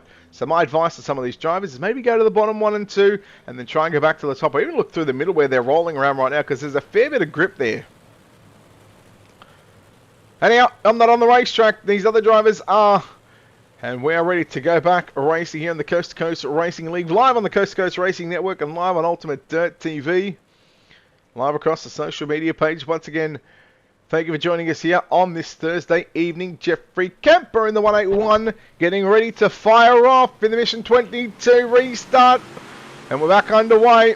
And again, he's so good at just changing him up. Look at Isaac Salas again, immediately down to the bottom side into 1 and 2. Now trying to get to the top side, makes a little bit of contact with Mosso in the 63. Exactly what I said needed to be done. Now Salas is going to go back down bottom, down into turn of 1 and 2. I'm not sure if that's a good idea, because now the big block modifieds have got the momentum wound up, and Dean Reynolds just powered around the outside. Mosso now got some company with Patrick Spangler for positions number 4 and 5 as they work down into 1 and 2 side by side. A lot of cars upstairs, a lot of cars down low. Spangler, he's found his way well inside the top 5. How about Jacob Mosso from 23rd, dead last, to position number 10. He's plus 13 for the moment. A lot of drivers trying to get back to the top side. How about Joseph Grandy? The yellow is out from 13th to position number, what is now 7, plus 6 for the moment. I thought he was in 6 going plus 7. Alex Pomelo, he is plus 8 as well. Jacob Mosso, Randy Shree, some guys that have also found their way forward. And again, with these cautions coming out, it's so much better. I was going to say, where's Kemper? There he is. He's in front of the field. So again, a big thank you to everybody involved with the Coast to Coast Racing League. Again, there is, honestly, this short of a racetrack here at Lima Lane Motorsports Park, there is not enough time to go through and read each and every sponsor and what they do. But I'll tell you what, I've done my best to keep everybody happy with the sponsors. And again, apologies if I've missed anyone or I haven't mentioned it, but please know the guys at Coast to Coast. And again, this was just the last minute broadcast, so please keep in mind that the Coast to Coast Racing Network, Coast to Coast Racing League, the drivers, the broadcasters, they certainly do appreciate you and your support with the Coast to Coast Racing League. 13, make it 12 laps left to run. Who's going to listen to me go to the bottom into 1 and 2? Absolutely nobody. Patrick Spangler is going to be the first car inside the top 5 as he looks to get by Joe Mosso in the 63. Now back down to the inside in 3 and 4. Very surprised to see that happen. with Isaac Salas in car number 5. And again, he's going to go bottom all the way around. Very surprising considering that when we spoke to him earlier in Victory Lane, Extreme eSpeed TV Victory Lane, he said that he only likes to rip the lip. Now he's having to force to go to the bottom side to see if anything was down there to try and get by the 79 of Dean Reynolds. Meanwhile, Reynolds was closing in on your race leader, Jeffrey Camper. But again, those yellows falling at the right time. Just getting those 2, 3, 4, 5 lap sprints in. Again, not allowing to catch up to the back of the field. Just makes it hard for everybody else except for the race leader. Because you get into that rhythm. And then it just gets broken up. So you're at the moment, you're at a stop start. And it was perfectly put. I mean, it's short track racing. These things are going to happen. Not every race is going to be perfect. But I'll tell you what. With 20 different races across 6 nights. 20 different leagues across 6 nights, with 10 of them being broadcasted. You've really got to admire what the Coast to Coast Racing League and the staff and the admin team and everybody that pitches in to make the wheels turn on this big old bus, and of course all the guys and the other broadcasters that help out on the Coast to Coast Racing Network. You cannot deny that these guys are putting on one hell of a spectacle. Week in, night out. 9 to go. The 181 of Jeffrey Kemper leading us off turn number 4. The Super Dirt Car Series Big Block Modified Series. And again, he just waits and waits and waits right till the death. But Isaac Salas has got an absolute blinder of a restart, looking to go from 3rd to the race lead. Looks for the slide. Joey will slide up in front of Dean Reynolds. Reynolds, does he have enough to get back around him? No, he's going to try and go back to the inside, but he cannot because Joe Mosso in the 63 has now found the middle part of the racetrack where that looks to be pretty good. And Mosso is going to go back there once again in turn number 3 and 4. He's got some grip on the right side. Ties in 3 and 4. 1 and 2, not so much where Jeffrey Kemper, Dean Reynolds. Reynolds got some problems. Here comes Salas now looking to double up on victories with the 358 and now trying to back it up with the Super Nerd Car Series Big Block Modified. It has all been the Jeffrey Kemper show, but with 5.5 to run.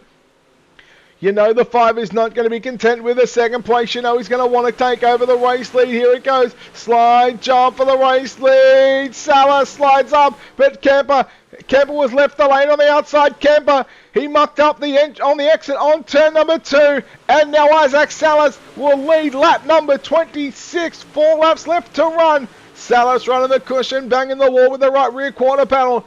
Now the problem becomes for Jeffrey Kemper. How does he get back by the 5 machine? One mistake has taken him out of contention for the race leader. Now in a runner-up position. He led for 25 laps of this feature event. And well, the number for the 5 machine, could that be the magical number of laps led here tonight in the Super Nerd Car Series? We stay focused on the top 2 because you never know what's going to happen. What's going to happen is Jeffrey Kemper gets into the wall, and that must be his opportunity gone begging into 3 and 4. Penultimate time. White flag is out. 1 lap left to run. Here in the Super Nerd Car Series main event, thanks to Coast Racing League. Ladies and gentlemen, down into 3 and 4. Bang your hands together. He is going to double up on wins here at the Limeland Motorsports Park. Isaac Salas will win your Super Nerd Car Series Big Block Modified main event with the Coast Racing League. We're not even going to go through the rest of the results until everybody has gone through and finished them. Well, here it is, ladies and gentlemen. Your winner here tonight, Isaac Salas, will get the win and doubles up on the wins here at the Limeland Motorsports Park. Jeffrey Kemper will come home 2nd. Joe Mosso 3rd. Brian Lawson in 4th. Dean Reynolds going to round out your top 5. Joseph Grady in 6th. Alex Pomelo 7th. Randy Shrees 8th. Jeff Sharp 9th. Aiden Young rounds out your top 10. 11th will be Jacob Mosso. Daniel Blau in 12th. Patrick Spangler 13th. Bob DeGood 14th. 15th was Cody Graham. Jeff Barker in 16th. John Krupa in 17th. Gary Sigelco in 18th. Keith Boston 19th. Brandon Templeton will round out your top 20. Logan Wentz 23rd. Jason Butterfield 22nd. And Jim Bowie, of course, I believe was in race control. But, well, why not? He was brought... Oh, no, he wasn't actually. He was brought into position number 23. Of course, that will wrap up the Super Dirt Car Series. We still have to go down to Extreme E-Speed TV Victory Lane and chat to your winner here tonight. And no doubt he's going to be one happy camper. One more time, let's chat to your winner. Driving car number 5, that is Isaac Salas. And Isaac, well, once again, you find yourself in Victory Lane. You make it 2 for 2. You're undefeated here at Limeland. You really must like this racetrack. Nah, brother, I don't. I love the high side though. That's like I said, it's where I love to be. A number of times you had to go to the bottom on the initial restarts. But was that always going to be the plan, considering these cars weren't as wound up as what they should be? Yeah, with all those restarts, without the speed and the momentum that you were like truly carrying when you're at speed in these things, when you get into one, you can honestly just wrap the bottom and then take off like a rocket, man. So that was kind of my game plan on a lot of the restarts, and I think I made it work like once or twice in the actual race, but that was just that was dumb luck on my part. I don't know. You led 5 laps of this main event, and of course they happened to be the 5 laps, but it was only the 1 lap that counted, which happened to be that final lap. Let's go to when you got to the race lead. You go into 1 and 2, you slide him, but you were leaving Jeffrey Lane up on the top side. He ended up making the mistake, didn't get the run out of 2. Were you surprised that he made the mistake? And once you got to the race lead, what was going through your mind from those final 5 and a bit laps? I mean, I want to say I'm surprised, but if it was me up top, I know I probably would have made a mistake. Because like I said, my heart's pumping right now. I ain't gonna lie to you. So I could just about imagine running the high side, trying to hold off somebody. So I mean, I didn't really expect it from Jeff. He's been really good here lately, which is always fun to see. Some new guys up at the front. But yeah, then those last 5 laps were just like hit your marks and don't hit the wall or make a mistake and kind of throw away everything you got up here for. So, yeah, man, it was fun. Talk us through the emotions of that final lap and especially coming to the checkered flag here on that final lap.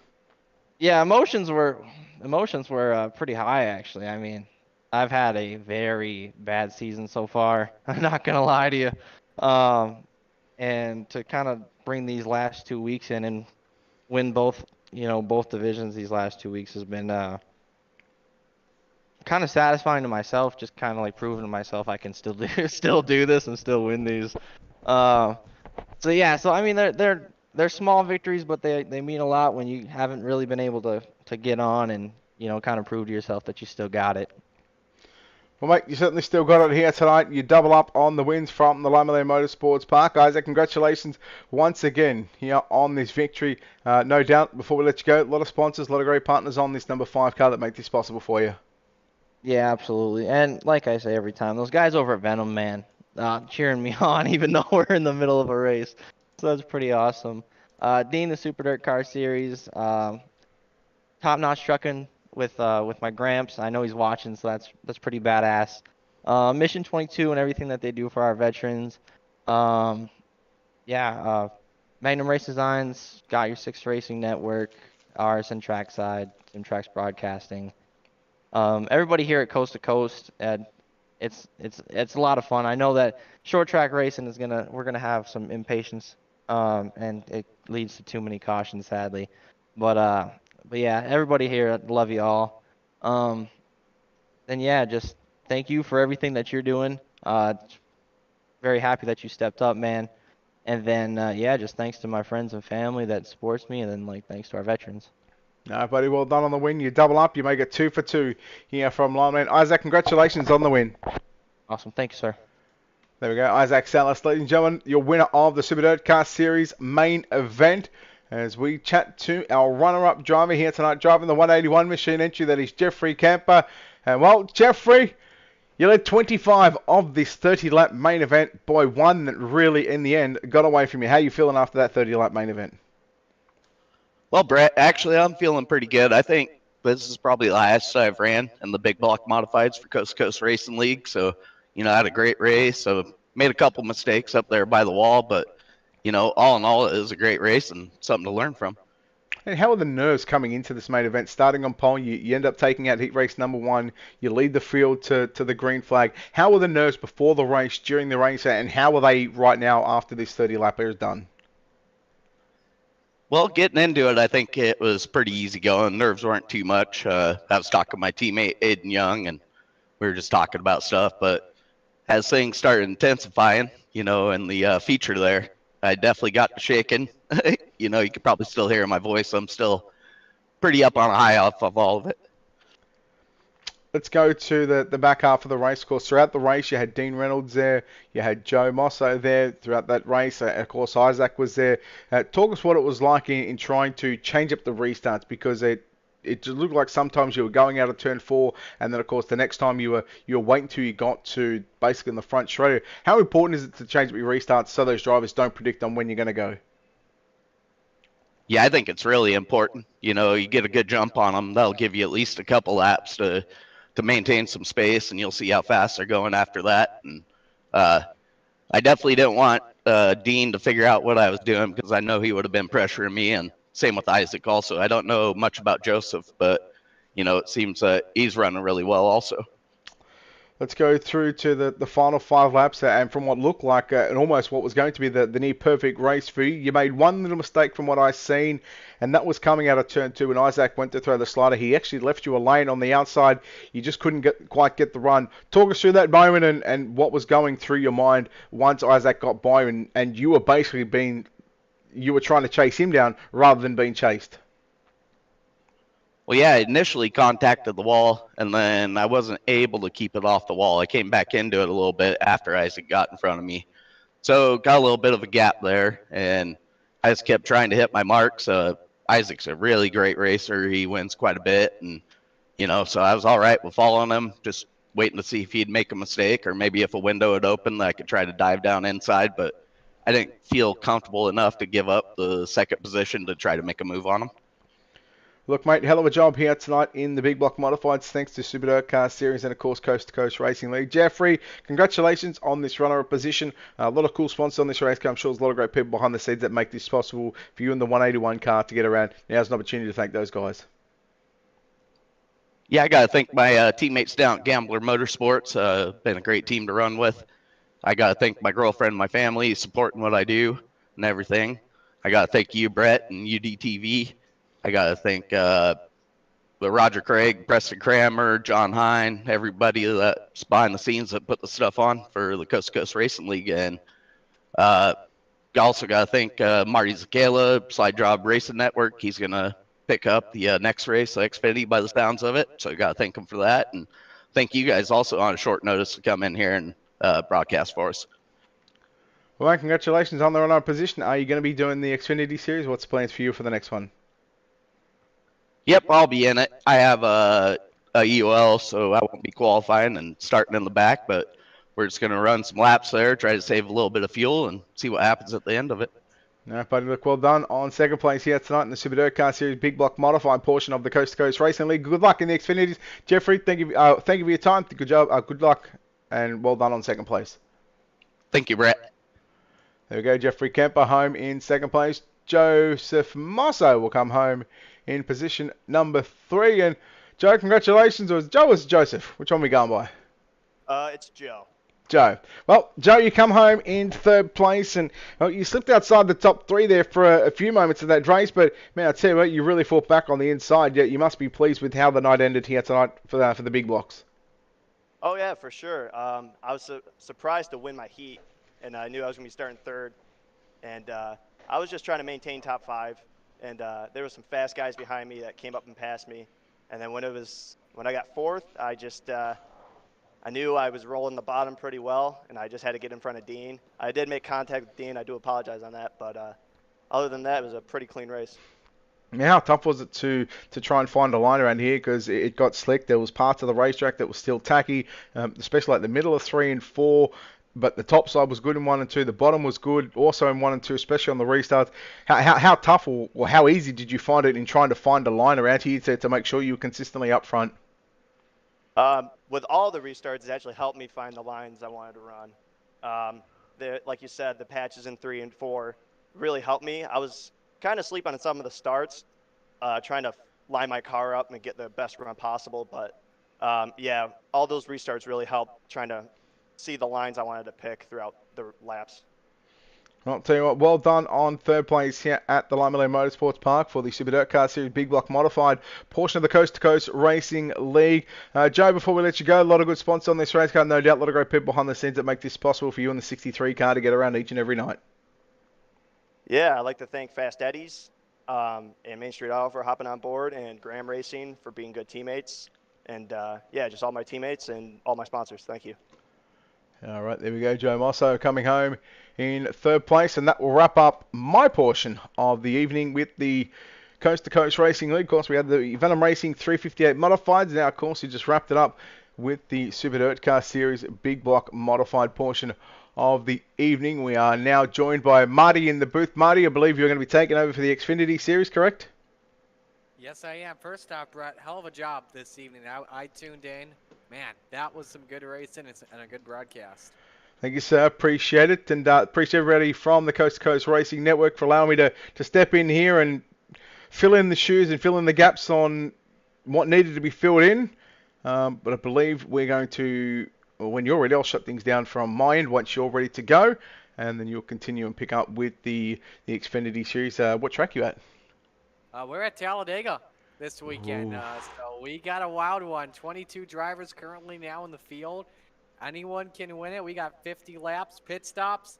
We're going to be in for one heck of a treat, especially with the Xfinity Series at Talladega. They do not disappoint on iRacing.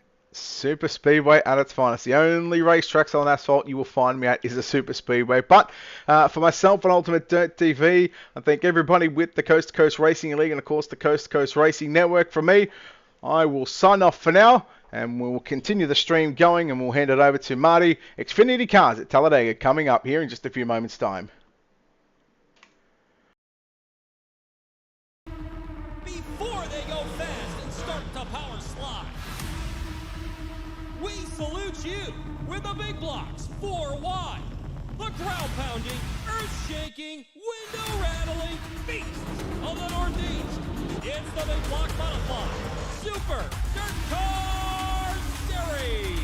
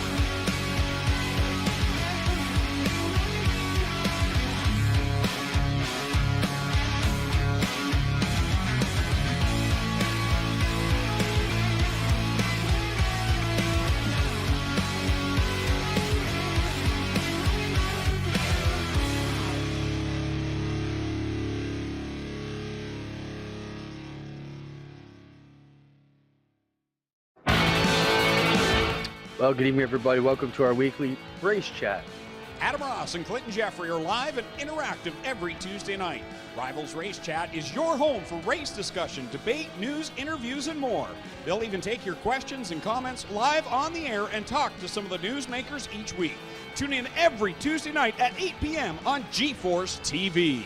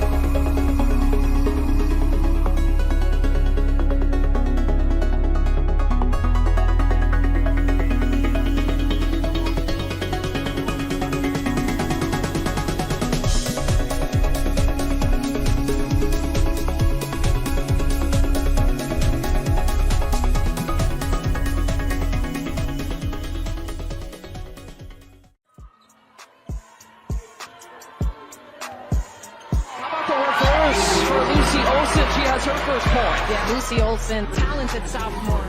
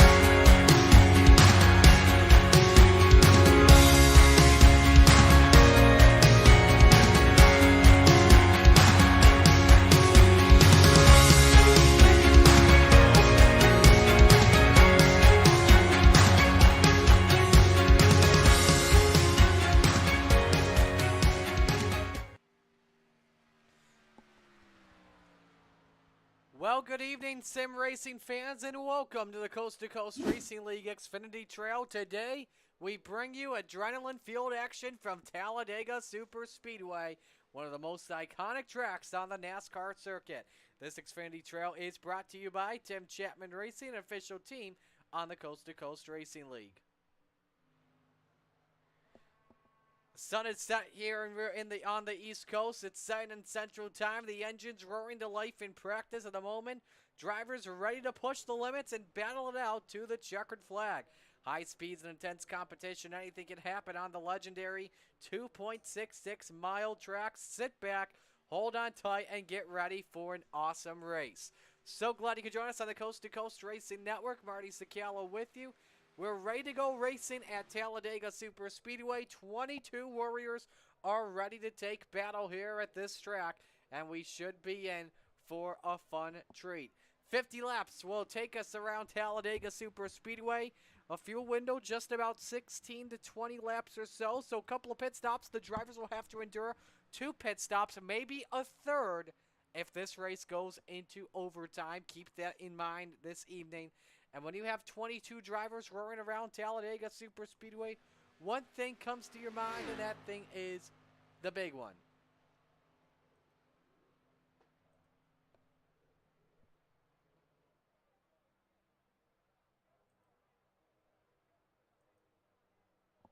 And you just don't know what is going to happen. That is for sure.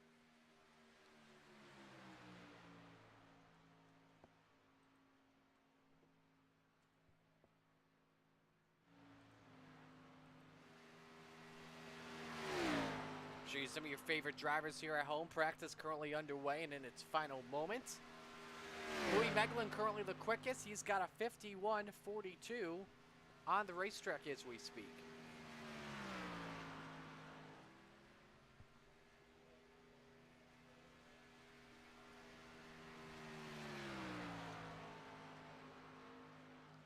Have some technical difficulties with our graphics package, so we'll get that out updated for you here as soon as possible. Checker out is out on practice, so we're just about good to go here for qualifying.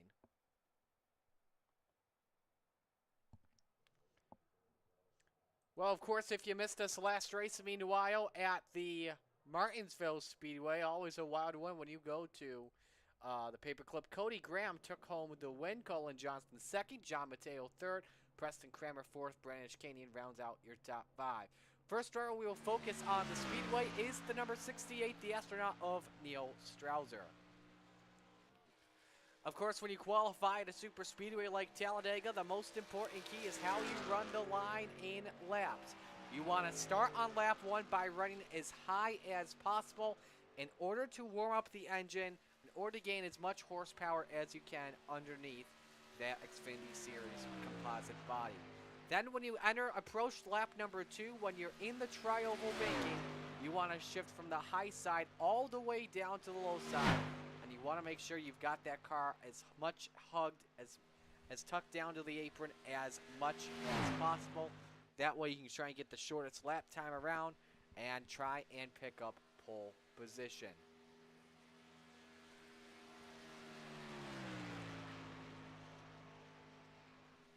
Let us know who you're rooting for in the chat, or we should give you a shout out live and on the air. 20 drivers currently watching on the Coast to Coast Racing Network. 5 minutes set here, 10 minutes set here for qualifying this weekend, with it being the Xfinity Series drivers. Some of these drivers electing not to take time here to start in the rear in case an accident were to happen this early. Interesting decision by Neil Strauss to decide to run the bottom line of this racetrack instead of the top. When we go on board, we'll ride for a lap with Neil, and we will ride inside the cockpit.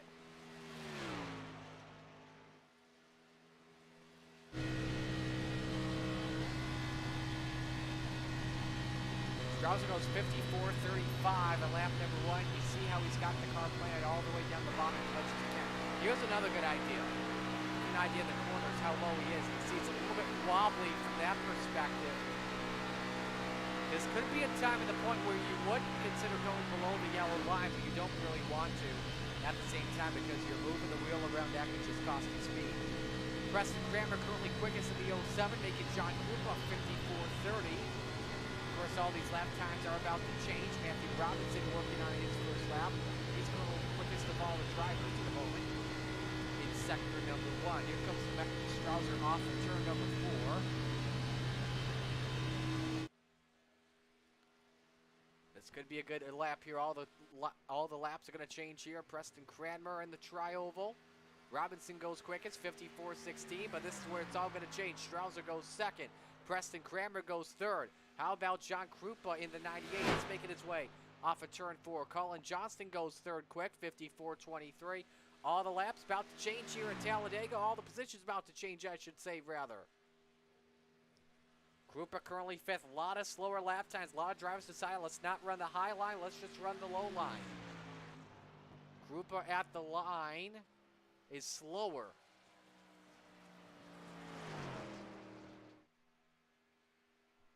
Bob Light, I believe, working on lap number 2 here at the moment, and he's 7th quick in the number 77 and a 54.35. Take a look at that left side, see how huggy he is. You know Bob Light always good after on the outflow track. Always a key contender to try and win it.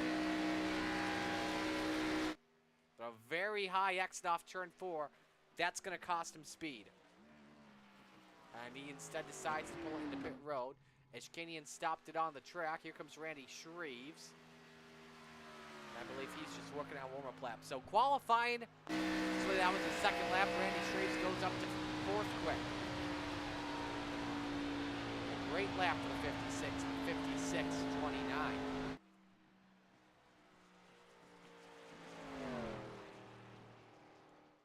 So as we confirm the notes here,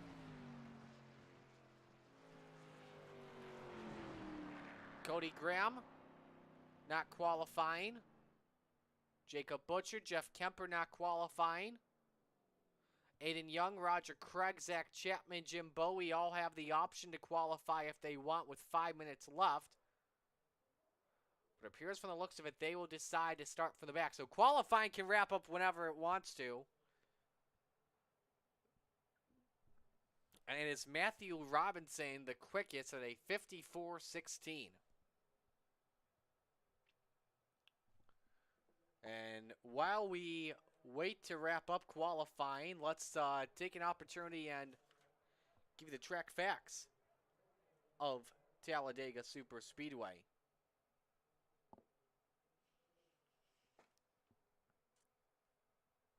Of course, we mentioned 2.66 miles around the Lincoln, Alabama racetrack.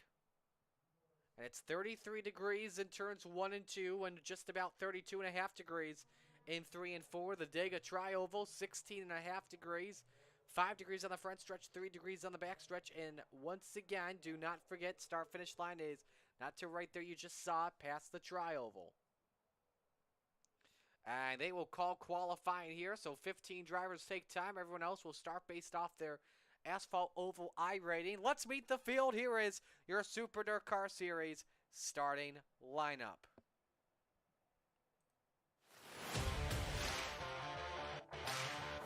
On the front row is Matthew Robinson in the number 15. He starts next to the astronaut Neil Strauser in the 68. Row number 2, Colin Johnston in the 13. Randy Trees in the 56. Row 3, the Ayla Outlaw, Preston Kramer in the 98 of John Krupa. Row 4 is Slide Job, Isaac Salas in the 05 and Bob Light in the 77. Salas coming off the big block victory. Starting out the top 10 is Tim Chapman in the 37, Brian Lawson in the 9. Row number 6, Andrew Smith in the 79, Pat Boyd in the 41. Looking at the second half of the lineup, you've got Louis Meglin in the 50, Brandon Escanian in the 19, the Mayor, Steve Bixler. The 75, New Hampshire Rocket, Aiden Young, they make up row number 8. Row 9 is Cody Graham in the number 2, and Zach Chapman, Scooby-Doo in the 72. Row number 10 is Jacob Butcher in the 85, Jeff Kemper next to him in the 181. Rounding out the field this evening from Talladega 50, the Bass Man Roger Craig in the 747, and Jim Bowie in the 058. 40 more seconds to drive the grid here, then we'll have our load pace lap led by the Steve King Foundation pace car.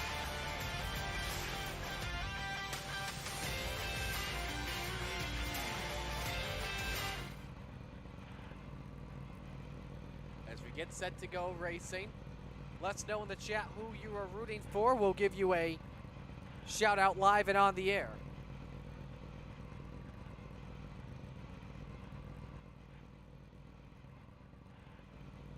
Zach Chapman saying the voice is a little low. Thanks for the heads up there. We just adjusted the engine volume by a couple decibels, so everything else should be good. But again, let's break this race down for you. 50 laps today. Field window, keep in mind, the field limit, I should say, is 50%. So a window at Talladega is normally 35, 37 laps or so. Today the drivers will be pitting for about, I would say, 16 to 18 laps. As you see, the field of 22 starts to roll off. Roger Craig and Jim Bowie decide they will start from pit lane.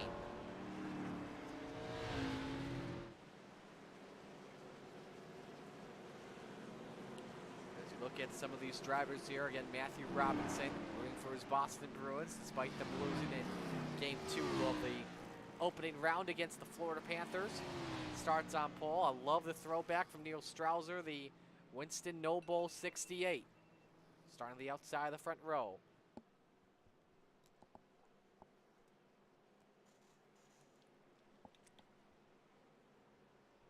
Jay Strauser rooting for Neil in the chat. And as always, when you come to Talladega, there's one thing that can be on your mind for some of the drivers. It's the big one and how to avoid it. Well, with it being 50 laps, you kind of want to be in the back if you want to try and miss the big one so it can be behind you. Obviously, you want to be in front. If you're in front, you got nothing really to worry about. If you're in the back, you can use the brakes a little bit earlier and try and dodge some of the bullets. But however, though, if the big one happens in the turns, you want to be on the low line at first. You don't really want to be the one that's on the outside. Because when the drivers wreck in the corners, they'll normally wreck on the bottom. Then with the speed they'll have, they'll go up to the safer barrier up high, and then it'll just the energy dissipating. prevail them to go all the way down to the bottom and then rather to the 8.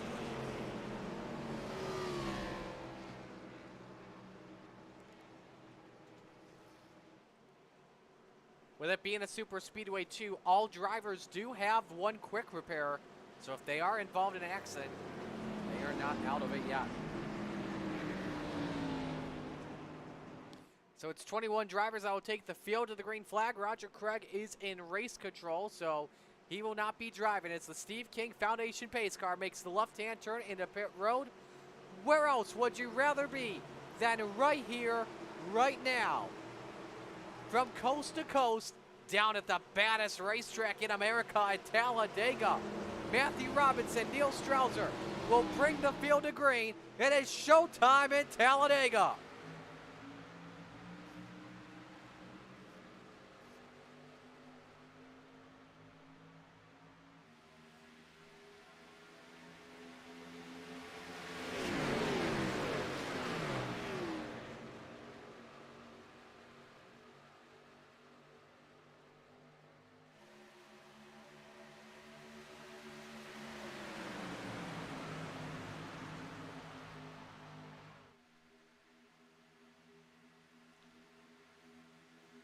High side starts to form up with just about 8 cars, but it's not lined up like the bottom line is. Gives Matthew Robinson the early advantage with a push from his teammate and fellow Toyota driver, Colin Johnston.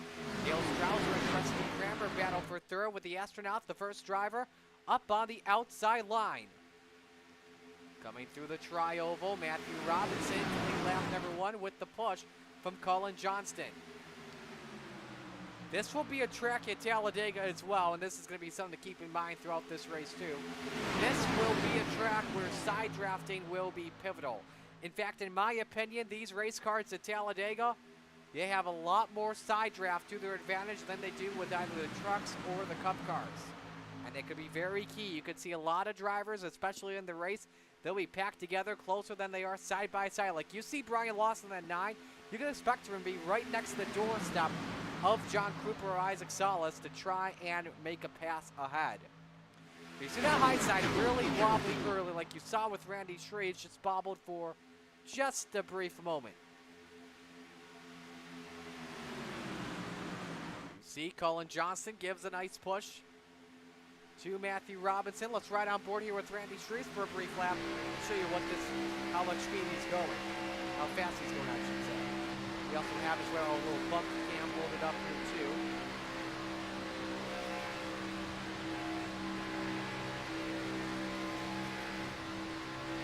$180 an hour. He doesn't want to get wobbly like that because that will just leave the highlight not to go. But you see here, this is normal for iRacing at Talladega, the Xfinity Series. If you're on the high side of the string, you'll have the advantage. If you're on the low side of the corners, that low line will just start to pull away from you big time. See, Strouser trying to pull up to the race leader. Closest that Strouser's been to Robinson since lap number 1. And it could go 3 wide. Bob Light starts to open up the upstairs room into the attic. And he's got a push from Brandon Ishkanian in the number 19. 3 by 3, all behind Neil Strouser. First lead change of the day.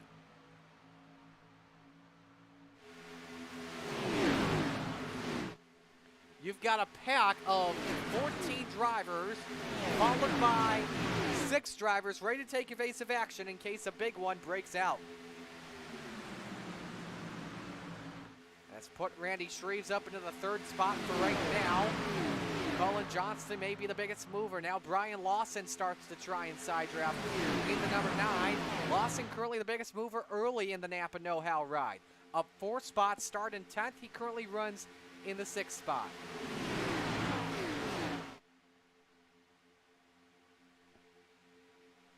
Neil Strouser leads his first lap of the day.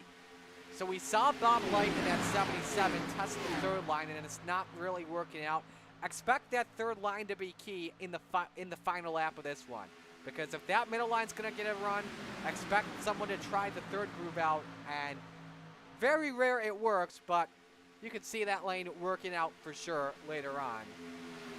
Especially if the front of the field decides to wreck, the extreme high side could have a huge advantage. So we talked about how it was a 14-car pack. Aiden Young was leading that second pack. He's actually decided to merge the two packs together. He's in the 15th position. Aiden Young anywhere is very good, no matter what track you put him at, no matter what car you put him at. He's going to have a chance to finish top 5 or even top 10, top 5, even a podium spot here too. You see, that's Jacob Butcher, that virtually in front of him. I'll tell you too, Jim Bowie did not take the green flag, so it is 20 drivers that are on the racetrack you are seeing on your screen. Colin Johnson with a push from Randy Shreves, as let's ride on board with him.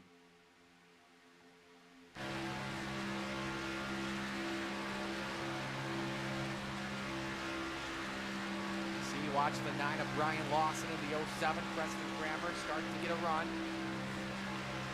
On the 13, currently in the 4th position.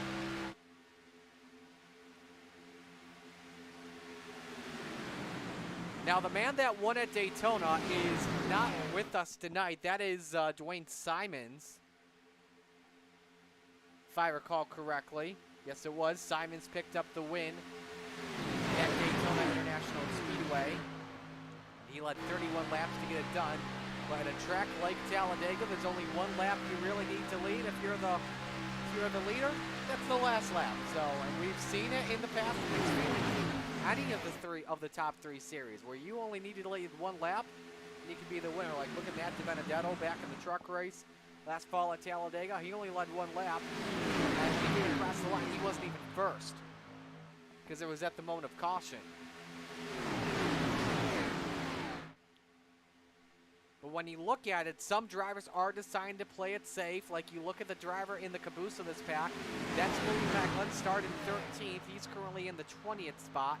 Looks like him, Steve Bixler, and Jeff Kemper, who finished 2nd in the big block event. They're just playing it safe right now. Brian Lawson dealing with a moment as he tried to see if he could thread the needle, but that's not something you really want to do at the moment, because early at Talladega, you want to find friends. You want to find drivers that you can trust. If there's a driver that's going really loosey-goosey in front of you, I don't know if I'd want to take the risk for it. But now you see Preston Kramer stuck up in the middle, 3 wide, first time. We've seen it since Bob Light went up the high side, and Matthew Robinson's taking the race lead away. Now, because of this, 2 drivers up in the middle, this is what we sometimes call the sucker hole. No one really wants to be in the middle early in this one. This could send Strausser and Kramer back, in the words of Chris Berman. However, though, it seems like one driver wants to join in the middle train, and that's Cody Graham of the Podium Esports number 2 ride. Colin Johnston takes the race lead at Talladega. His first lap he has led today. And there you see the 33 degrees of banking. It's just crazy what it does to you at Talladega. Like, try climbing up it. It's very tough to do so. Like, I've climbed up the banking at Bristol Motor Speedway on the dirt during a track walk, and that is tough. But you see all these drivers jockeying around, and you see a spark in the wall by Bob Lane, the 77, with a close call there. But look at how loose these drivers are. Like, if I were a driver in the back of the pack like Aiden Young, Zach Chapman, Jeff Kemper, I am probably glad to be hanging out in the back with all the drivers wobbling around for position. Because with all these drivers just swirling left and right with their wheels, it could lead to something dangerous breaking out amongst the pack. It's even happening in the front of the pack as Matthew Robinson takes the lead back at Talladega.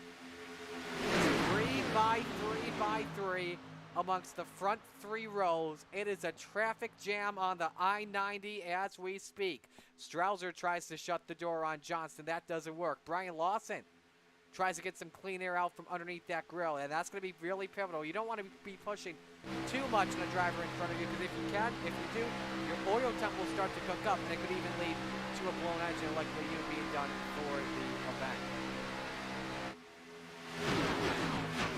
That rule is in place for the Xfinity Trio at super speedways.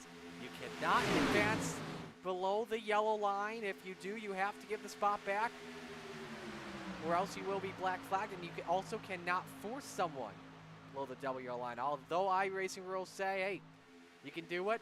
However, though, it is a rule on the coach. Look, Roger, if you're listening, just give me the confirmation on that. No, a lot of drivers do that. Look out, close call there between Robinson and Justin Kramer. I believe the Outlaw just let off the gas on that, and him and Andrew Smith start to go back, and they lose a lot of spots. Kramer's outside the top 5. He's down to 7th. 4 drivers work the high side, 2 on the bottom. Everyone else is working the basement line. So you take a look at a great view of this 20-car pack, and of course this view is provided to us by Young Gun Creations. 11 laps go up on the board, and again, keep in mind we are expecting pit stops within the next 5-7 laps or so. As we mentioned, a normal run, a normal fuel window for the Xfinity Series drivers is just about 35-ish laps or so. Because it's 50%, drivers will have to come in at about lap 16 or so. And so we do expect from the drivers just about a 2-stop race, maybe a 3rd stop if this race does go to overtime. You see all the drivers jockeying around this racetrack, slipping and sliding. Feels like it's a dirt track to them. They're all used to turning right to go left, but they actually have to turn left to go left. If you turn right to go left, hello, safer barrier.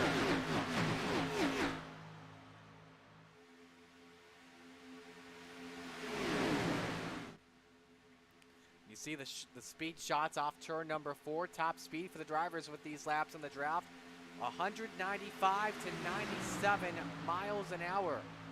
The astronaut takes the race lead back in the 68 in Neil Strauss. 12 laps are complete.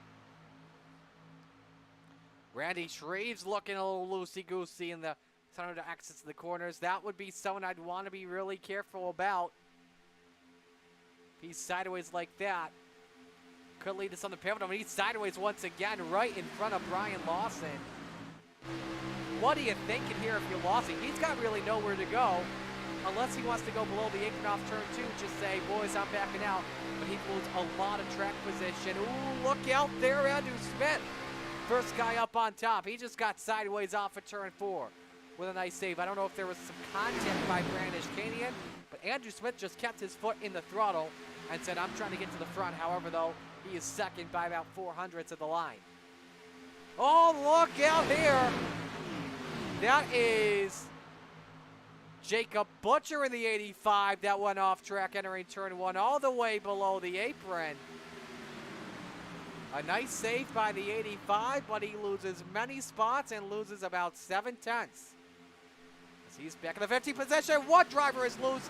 That's Solis in the 5.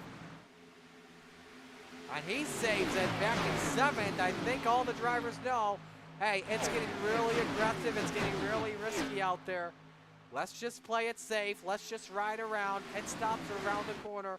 We don't want to look like that fool that causes the first caution before the first round of pit stops, or even be the fool that spins out entering pit stops.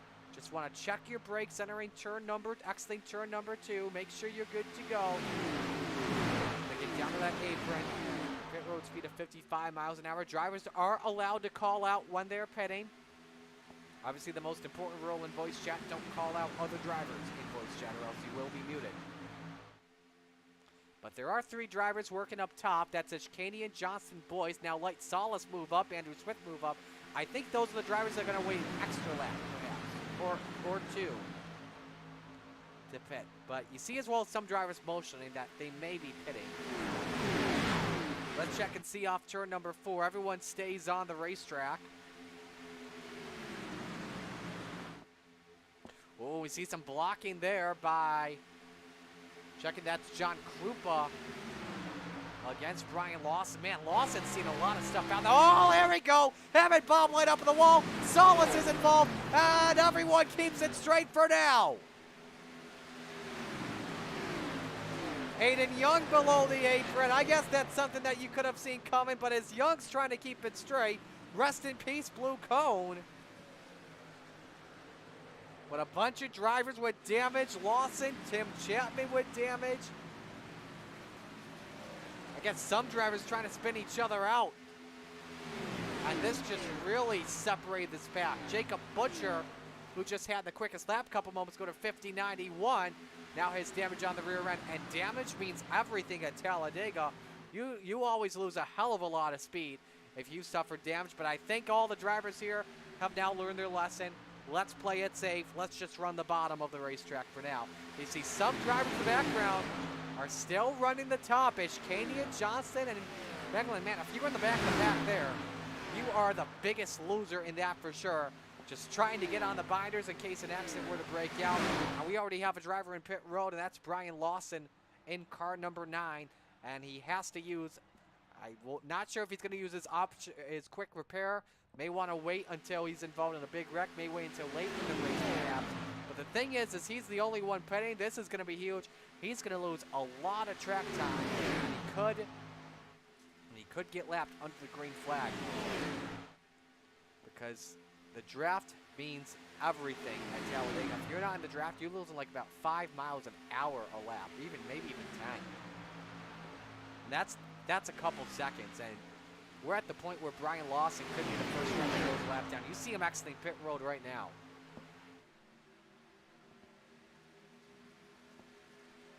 But surprised to see only one driver come in at the moment. In Brian Lawson, you would think everyone else would come in about a lap or two. Everyone's decided to pit on lap number 18. So it's Neil Strausser that leads, Matthew Robinson second, Randy Shreves third, Cody Brown fourth, and John Krupa round out your top 5. This is a 9-car, making a 10-car train if you count in Brian Lawson. Then here's the second pack, all losing a lot of time behind the first pack as they're not all bunched up together and not a single file train. And not really hitting their marks really that well. It's Brennan Ishkanian that leads the second pack. 5 seconds separate him and the 9th place driver in front of him in Andrew Smith. Either I'm glitching out or something, or this is something crazy here, but we just saw a top speed of Pat Boyce, about 206 miles an hour. It's wild what the Xfinity Series cars can do in dirty air, and that's a push from Brian Lawson that could propel him to the lead. Now, if Brian Lawson unlaps himself naturally, and we get a caution and he's in front of the leaders, Brian Lawson will not go tail. And here we go for drivers coming into pit road. It's about 55, 60 miles an hour. Does anyone wreck here? And everyone's good. Keep in mind, there is that small buffer zone that the drivers do have. Some of them are going 62, 63, like Neil Strausser, Randy Shreves. We'll see. Obviously, be aware that you should take the time and scoring we have here. It's unofficial. Of course, if you do speed, it could lead to a speeding penalty. 4 drivers decide to stay out, and there's a bam by Pat Boyce to Brian Lawson. So from the looks of it, you want to be the one that pits first. But now you look at this as the question. You see Louis Meglin come out. We're getting the answer right here. What would drivers do on pit road? Are you going to take 2 tires? Are you going to take no tires? Are you going to take 4 tires? Well, it's all varying all around. I don't think this early on, 20 laps in, you don't want to be taking 4 tires. I like the decision by a lot of the drivers to do, oh my, look out, 2 drivers in the grass. One of them is Johnson, one of them Chapman, and hard to the wall, Jacob Butcher. Everyone trying to dodge and weave through the scene of the crime.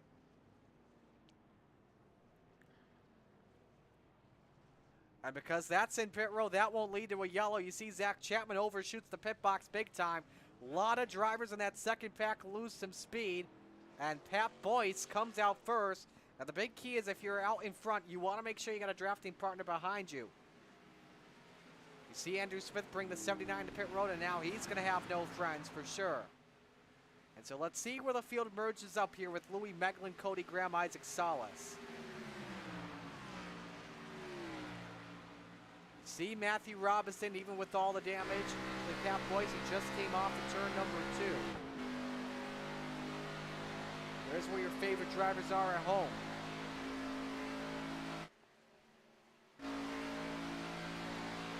And now he's way too far out in front. Matthew Robinson 1.2 seconds back. He's going to get a hell of a tow. But I believe he is coming back. Oh, he actually, correction, he is yet to pit. I'm sorry about that. So he's yet to make his pit stop. And he was clutching to try and save as much fuel as possible. I'm not sure the situation there. He may even be out of fuel. So the 4 drivers that decided to pit on lap number 20, Matthew Robinson, Preston Kramer, Aiden Young, Bob Light. They are currently the ones out in front. Robinson and Kramer are working together. Then you've got Aiden Young, 1.6 seconds behind, and he's all by himself. Now, something to consider, too, is that Robinson does have rear end damage on that number 15. He decided not to use a quick repair. When you look at Meglin, Solis, and Graham, I believe Solis decided to use his quick repair, and you can see that he did. They have no damage, but they've got Aiden Young in front of them, who they're just catching up to. But they will be quicker because of the better train they have compared to your top 2 on the racetrack. But now, with Colin Johnston now a lap down, he could possibly work with the leaders, and he could try and get a free pass should a yellow come out.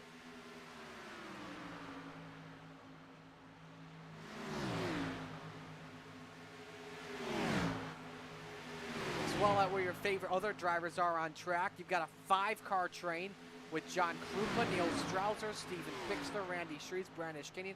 These were some of the drivers that pitted on lap number 19. So, and in super speedways, when you pit, you want to pit as late as you can.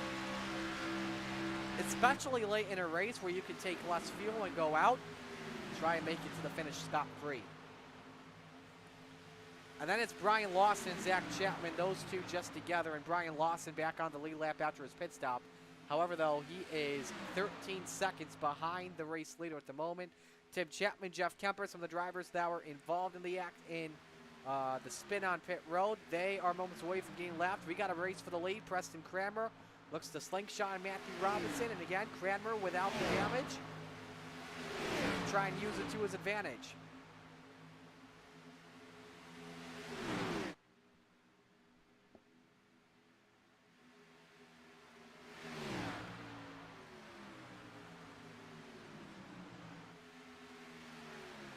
Kramer comes down in front of the 15, so Kramer can get some clean air out of that grill. A couple moments away from reaching the halfway point, 25 up and 25 down.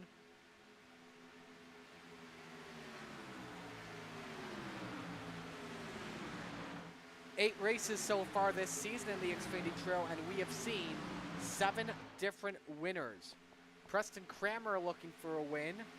Matthew Robinson also looking for a win. Aiden Young is the only repeat winner on the schedule on the Touring Series this season. He's got 2, despite 1 less start. He is in the playoffs, though, regardless. So take a look from the Young Gun Creations drone. Drivers start to work on lap traffic, and you see how fast they're closing in on the lead. Let's show you the lap time for those wondering at home. Look how much slower Matthew Robinson is. Don't take lap 20 into account because that was the pit stops. But they are about half a second to a second faster than the leaders, this train here. Show you this next lap here at the line.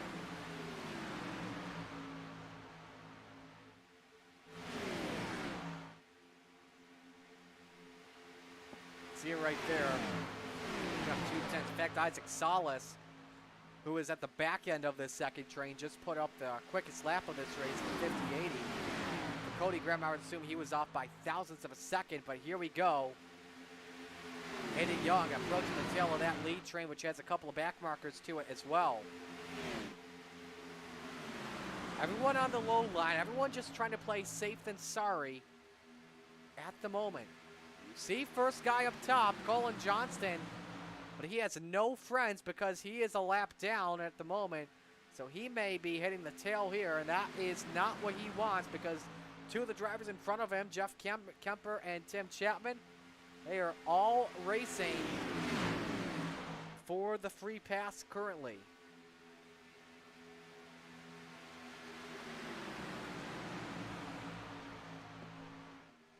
But now here, when you look at things too, this gives an opportunity for some drivers to test out, you know, if we get a late race restart and it turns out to be single file with the white flag and not side by side, you look at a gap like Aiden Young, he's trying to test out the lane back maneuver to see if he can get a huge toe on a guy in front and then try and make a slingshot.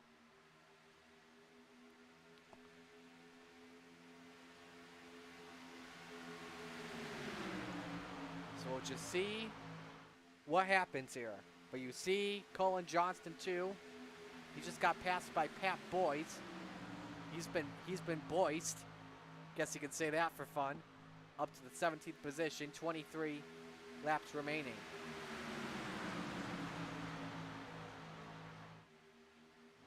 So a heavy pack here. And when you look at the guys like Neil Strauser on back, they're a second slower. Why? Because they are racing. They are not in a train. They're not really working together that well. They are losing time.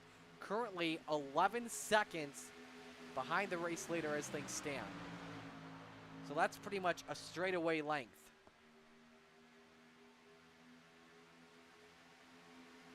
But Johnston really wants that high side to work. Him, Solis, and Pat Boyce want to get it to work, but we'll see how it goes into effect.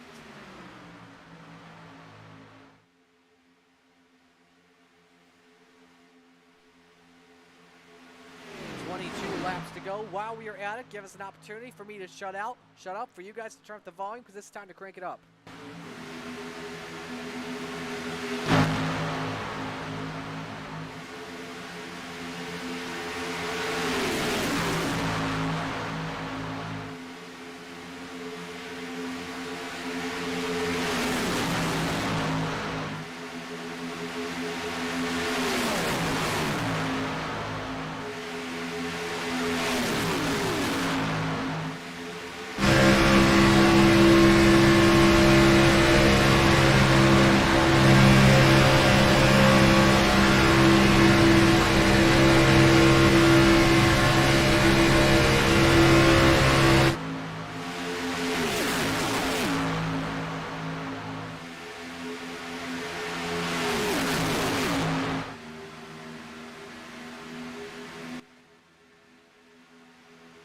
What a push by Isaac Solis, given to Colin Johnson. He definitely cooked the engine temperature up there, but he takes the 5 to the race lead, and he wants to put Johnson a lap down. Colin really wanted to get back in a free pass position, but now we got a couple of races brewing here. One for the lead and one for the free pass. How about it for Slide Job? Went all the way from 8th to the front in just about the span of 2.66 miles. Brian Lawson has crashed it on the back straight. No caution because he is in the runoff. We'll take a look and see what happened. Our first Malcolm's replay of the day. Working with Zach Chapman, and they just hooked. Lawson goes head on, no steering, and bam! 2 heavy shots. Thank goodness this track has safer barriers. But Solis now in front of Preston Cranmer. Colin Johnston, your free pass car. In front of Pat Boyce, Tim Chapman with the draft. Let's see if he can get a run off of Matt Robinson.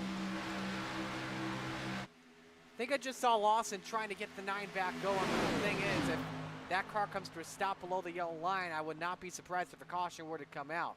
That's going to be a long way as Brian Lawson is just creeping at a snail's pace. Johnston tries to get back on the lead lap naturally with under 20 to go at the start-finish line.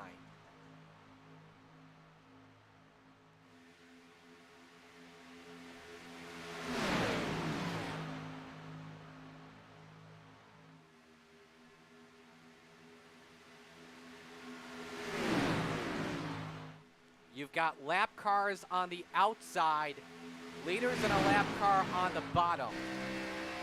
This is fun to watch. Pat Boyce and Colin Johnson, those drivers on the high side, they're trying to get in front of the leader to try and stay in the pack and not be at the tail when the yellow flag flies, if they're the lucky dog. Lawson's put the 9 car back in the pits, and with that incident, he'll be done for the day, as I would assume that he's already used his quick repair, as he was involved in a near yellow earlier on. Keep in mind, drivers do have to pit one more time, and we expect them in about 8 laps from now. So a lot of them pitted on lap 19, lap 20.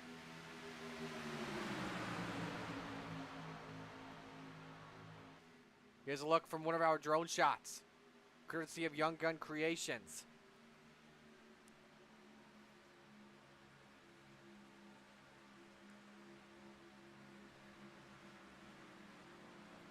Eyesight just doesn't really have anything, but you got to give credit to Pat Boyce keeping up there with Preston Cranmer on the bottom.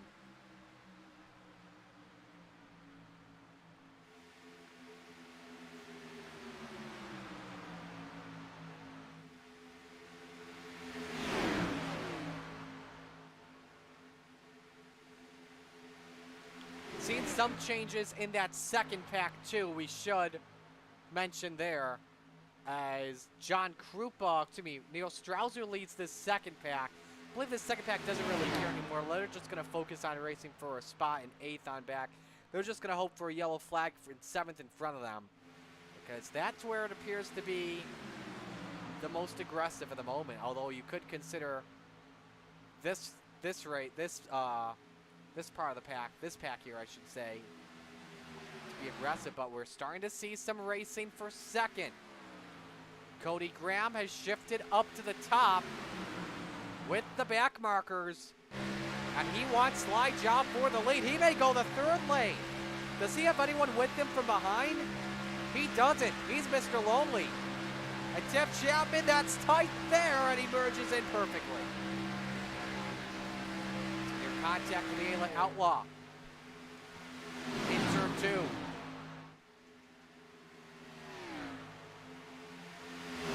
Graham with a big run on the top shelf. But 2 drivers currently on the lead lap in this pack, Pat Boyce and Colin Johnston, in front of Isaac Salas. Jeff Kemper wants to get his lap back. Tim Chapman's just hoping, boys, wreck so I can dodge a bullet. There is another driver there approaching. Checking to see who that is. I want to say that's Butcher in the 85.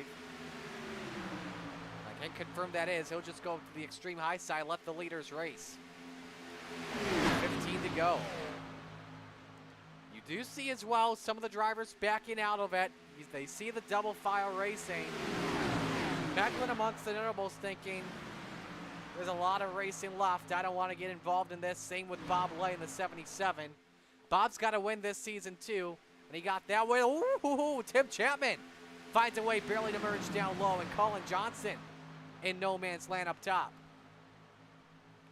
Now, don't be surprised if you do see some drivers decide to pit now to try and split the second half with 15 laps to go, because you want to save some fuel in case it's overtime. So you could come in with 10 laps to go. I think that would be my decision, to pit as late as you can. You want to make sure, like I said, you pit as late as possible so you can have enough for overtime. Neil Strauser has decided to bring the 68 car into pit road. So he's trying to pit the early way, but again, no help, and he loses a lot of time because of that.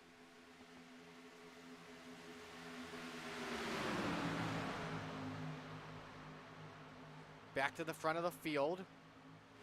Jacob Butcher has merged in with this pack. Now, keep in mind with Butcher, he is currently 2 laps down, so he's not really racing for anything at the moment. He's just trying to cruise around here. If I were Butcher, just hang out in the back of this pack. I wouldn't want to get risky, double file, be involved in a wreck, and then get a lot of talk the next day because you were a huge back marker and provided a spark in the contact.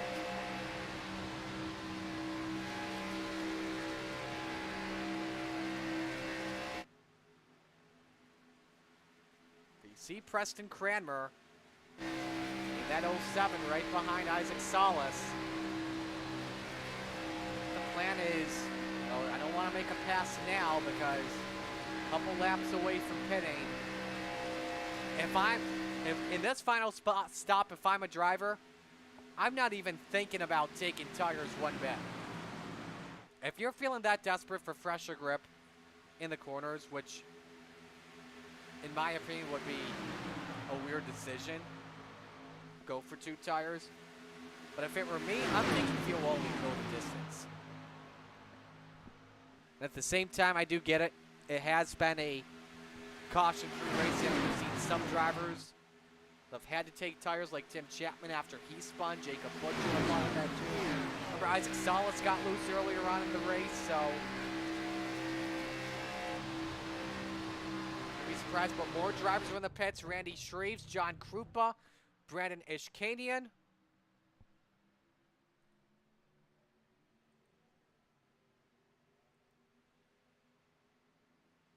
Amongst others, but we're starting to see some racing develop. More drivers are in. Salas, Kemper, Graham, Young, Meglin. Final stops are underway.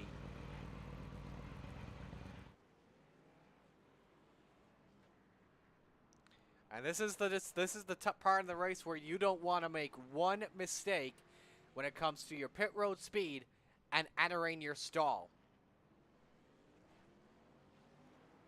You see Cody Graham, Aiden Young all get out in front of Isaac Salas. We'll have to check and see who's the best on pit road after everyone pits. We'll have 10 to go. They come to the line this time by.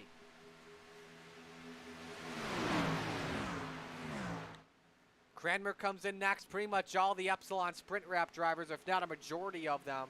I don't see Bob Light taking the risk to come in. Oh, he comes in like, oh, is that Cranmer? Did Cranmer just spin, or is that Butcher? That's Butcher that spun around. Locked up the brakes, cooked them entering pit road, trying to get down to a 60-mile-an-hour speed. But he is 2 laps down, so now it's Cody Graham, Aiden Young that'll assume their position at the point.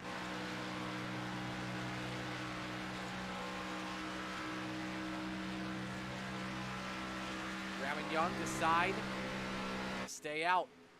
Same with Meglin and Salas. Oh, actually, correction, they just pitted at last lap. And so they should assume the lead. There's your top 2, Light and Robinson. We'll see how everything merges up here. There comes Cody. This is going to be close here for Bob Light. I think he'll get in the back of this train. Or does he assume it out in front? No! Graham and company move up top.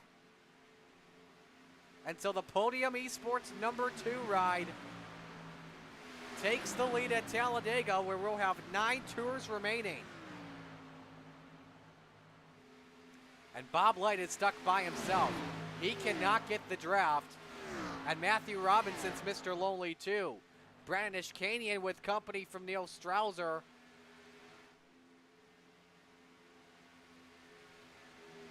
So this race, if I am looking at things right, it's if we stay green the rest of this way, chances are it'll come down to 4 drivers to win this one. Light and Robinson all by themselves. Ishkanian has Strauser and Shreves behind. It's not going to be good for them. Preston Cranmer, a long pit stop. I think he got nabbed for speed on pit road, which is going to end his chances of winning this race. Yeah, 54.8.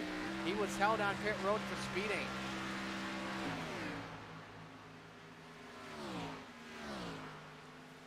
A lot of drivers on pit road there.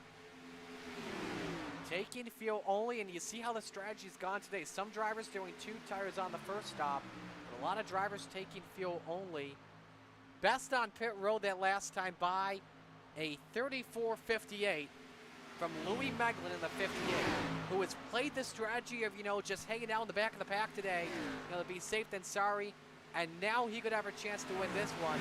But look at this. Bob Light had a huge drought from Isaac Salas, make it a 5-car battle for what could be the win. Zach Chapman could be an issue here for both Graham and Meglin. They have to merge up to the outside, and it's 3 wide, and Graham is stuck up in the middle. Escapes some danger. Meglin gives Graham a hold at 52. Bob Light has taken the lead away from Isaac Salas. He went from the front to the back of this train, back out to the point. 7 laps remain at Dega.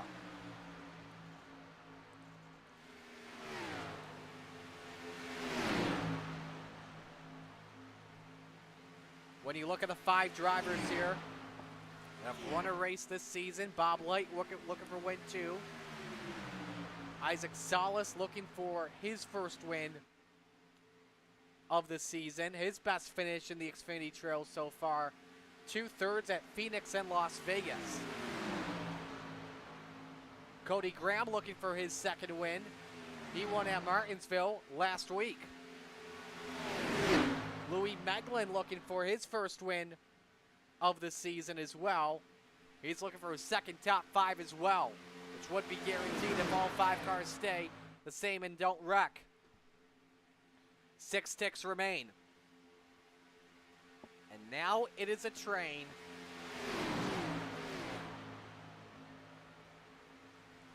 And now as I look at things here, amongst the front 5, now, first off, should mention too that Zach Chapman is a part of this pack in the 72 and he does not have a chance to win it. He's just hoping that he gets the free pass at a yellow if it comes out.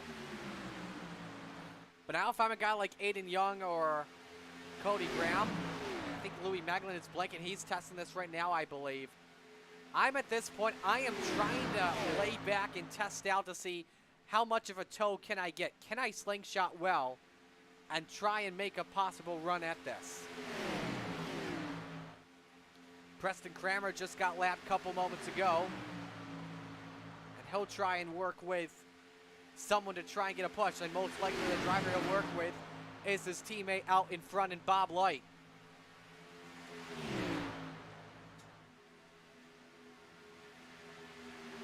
Salas all over that bumper of Bob Light, testing out the bump draft. But the question is, who makes the first move and when do you make the move? I think with the Xfinity cars at Talladega, if you're a guy like Salas, you make your move off of turn 4. Of course, if you're Bob Light from this point on, as we come to 4 to go with the line, chances are you're going to be mirror driving.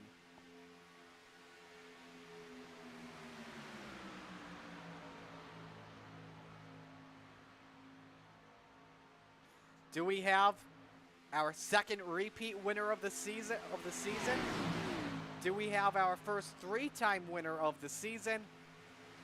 Or do we have our 8th different winner of the year? A lot of outlooks here in this situation. Some drivers are trying to fan out. Preston Kramer looks on the outside. I think Louis Meglin wants to go too. Something could work here. Now, I think Kramer wants to get to the front to help Bob Light if needed. Meglin may be maybe falling himself into a trap if he works with the driver of the 07 perhaps.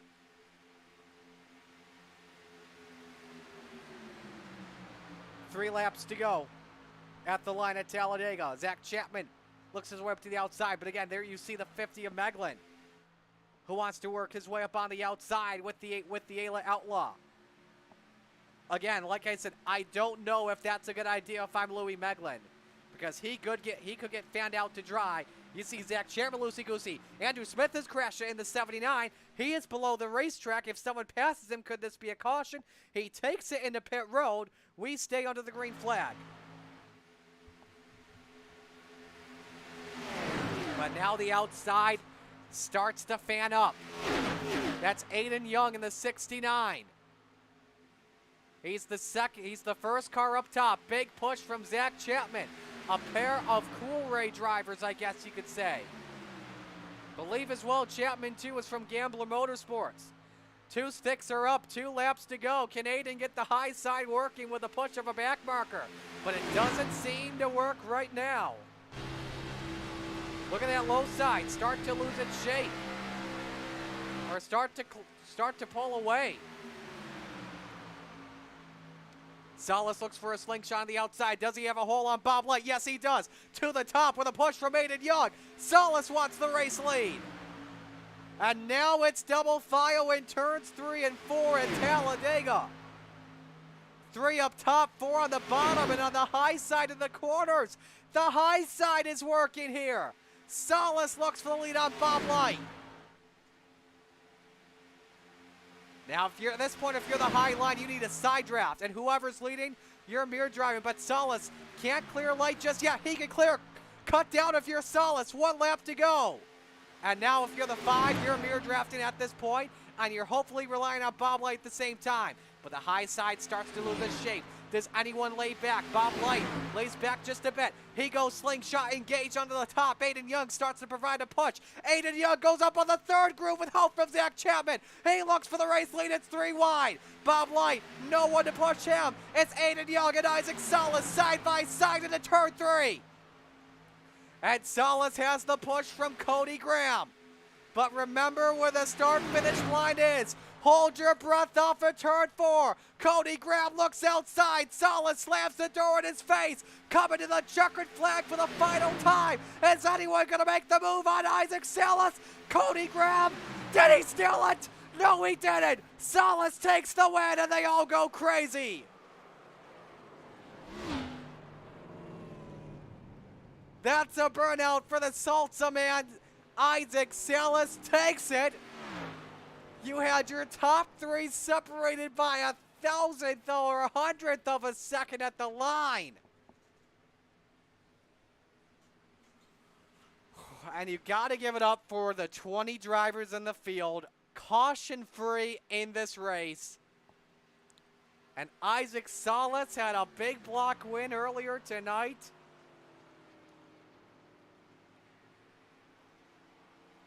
He now has an asphalt win.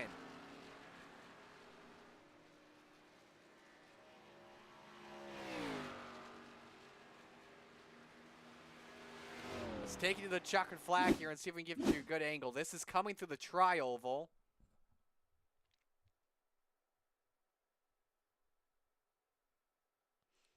You see Aiden's got a huge push from Bob Light. Huge head of steam.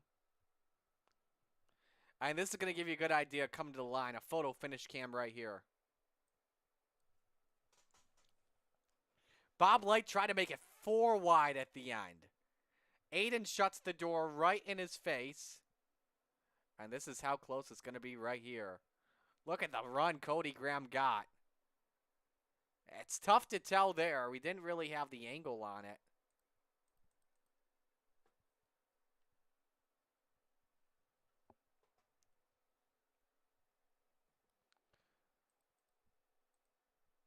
See if we can get another angle on this one.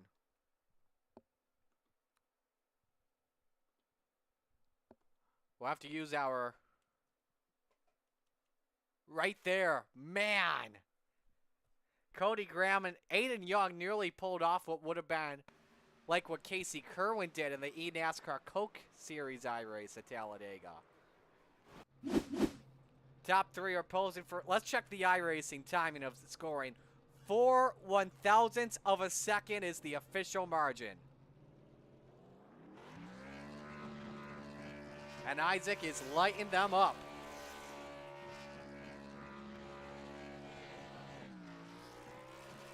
And let's begin with Aiden Young. Aiden Young, our 3rd place finisher. Aiden, a great run for you. What was your strategy as you approached 2 laps to go with you and Zach Chapman? Not really any strategy, just sending it and see what happened. Absolutely. Did you expect Isaac as well to go up to the outside entering turn 3? Not really, just whatever happened, happened. Now, the situation you were in, entering turn 3 at the final lap, you were up in the 3rd groove. You guys ditched Bob Light pretty much. I guess you could say that at least. But what did you expect entering turn 3? I guess you could say the least. Not to make it to the start-finish line. I had a feeling you would say that, but I had a feeling you guys expected all hell to break loose coming to the checkers. Luckily, it did not. And who do you want to give shout-outs to on this run? Just the Gambling Motorsports team. Obviously, you for coming on board the broadcast, and obviously Roger for letting me be in the league. All right, man. We'll let you go. Great run tonight. Congratulations. Thank you. Aiden Young with a 3rd place finisher. Let's go to our 2nd place finisher in Cody Graham. Cody, 4 1,000ths of a second short. Obviously, they say you want to go for the move off turn 4. Walk us through your strategy coming to the finish line. I really didn't have one. I was gonna try and stay glued to Isaac just because I knew there was, I think it was Aiden behind me, and then I know there's a couple of lap cars thrown in, so I didn't really know who was who. So I was just gonna stay glued to him until the finish and push him and hopefully end up with, like a second or third at worst case. And then I saw everyone just kind of fan out, so I just got up next to him and prayed for the best. And it was a lot closer than I thought it was gonna be. At the same time, were you looking in the mirror thinking about Aiden Young with the run, trying to get a push from him perhaps? Yeah, I thought about dipping out there, and then I was going to that one time off of 4, and then I saw they kind of stalled, so then I just kind of tucked it back in, and then I saw they got another run through the tri-oval, and then that's when I said, well, I might as well see if I can stick it out there a little bit and at least, not get hooked by him and, wreck everybody and also give Isaac enough room. I don't want to wreck him either. So I just, hoped that we had enough room, and we had about 1 foot of room left, and then we all wrecked. So what do you have to say about this race as a whole, caution free for 50 laps? I think a lot of it came down to pit stops. I didn't know how the tires were going to play out, so I just took fuel every time, and obviously it was a huge gamble that paid off because that top, I think it was 5 or 6 of us got out ahead of them, and it just pretty much guaranteed a good top 5 run no matter what happened there at the end. So I didn't, like I said, I didn't really know how it was going to play out, and I just kind of gambled with the tires, and turned out good. Who do you want to give shout-outs to? You for broadcasting, filling in tonight, and then Roger and all the guys for putting on this league. I've been having a blast, and yeah. All right, man. We'll let you go. Great job tonight. Congratulations. Best of luck next week. Thank you. Cody Graham's out second place finisher, and now it is time to go to Extreme eSpeed TV Victory Lane. Isaac Salas with the win in the Xfinity Trail. Dude, you're a modified guy in the dirt. Can you believe it? Marty, this is my first Triple Crown, man. You got the 358 win too? Yeah. We got a freaking sweep. Let's go. Ding, ding, ding, ding. It's very that was rare amazing, in man. motorsports. We need to get Isaac something special then. I mean, I know you get a winner sticker, but for the Triple Crown, we got to get him something. Man. All right, man. How does this one feel, I guess, to start off with that? 0.004 of a second. I got nothing. It's amazing. He's speechless. I can see why, man. I can see why. Final lap, I got to ask you. Are you mirror driving, or are you just focused on the bottom, hoping for 100%. that push from Cody? 110%. I actually, I got to hang out with my buddy Maverick. He hopped in here probably, 20 laps in. And he started spawning for me, and I was like, wow, cool, I got a spotter tonight. That's pretty sweet. And, man, he was jumping for joy like I was over the mic. I hope we got a reaction of you on the final lap. I would love to see that. But we're coming off a turn 4. Did you expect Cody to make a move instantly off the corner? I expected closer to I really did expect closer to the tri-oval. But I knew that I was going to have to block until basically the end. As much as I could block, I was going to need to. And I mean, he almost got me. It was super close. It was close. 4,000ths of a second, 3 wide of the line too. Man, that was wild. Go celebrate with a beer, okay? Celebrate with as much beer as you can. Who do you want to give shout-outs to? Go party on the boulevard, okay? Who do you want to give shout-outs to? Yeah. I'm going to Dingus. Yes, the Dingus, too. Yep, I'll go meet Devo and Dingus. We've got the 5 cars to win both the trucks and the Xfinity this week. Nice. Well, who do you want to give shout-outs to on this?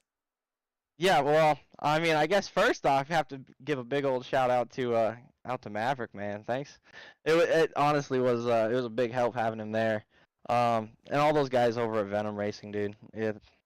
I know we have a lot of bad luck here recently. I don't know what's going on, but like I said, we support the hell out of each other, so it's always amazing. Dean, the Super Dirt Car Series, Magnum Race Designs for this beautiful Busch Light car, let me tell you. Got U6 Racing Network, UN RSN Trackside, Simtrax Broadcasting, Dirt Track Bank. Everybody here in Coast to Coast, all the admins, all the guys that race it, everybody that just kind of supports it, and all our sponsors for the league. Mission 22, everything that they do for our veterans. My grandson, Top Notch Trucking. I know he's watching tonight, so Steven, it's pretty awesome to get the Triple Crown. I love winning when he's watching, but man, a Triple Crown in the night when he's watching live at that, so that's pretty awesome. Nice. And then, yeah, man, just you, thanks for coming in to finish up the broadcast.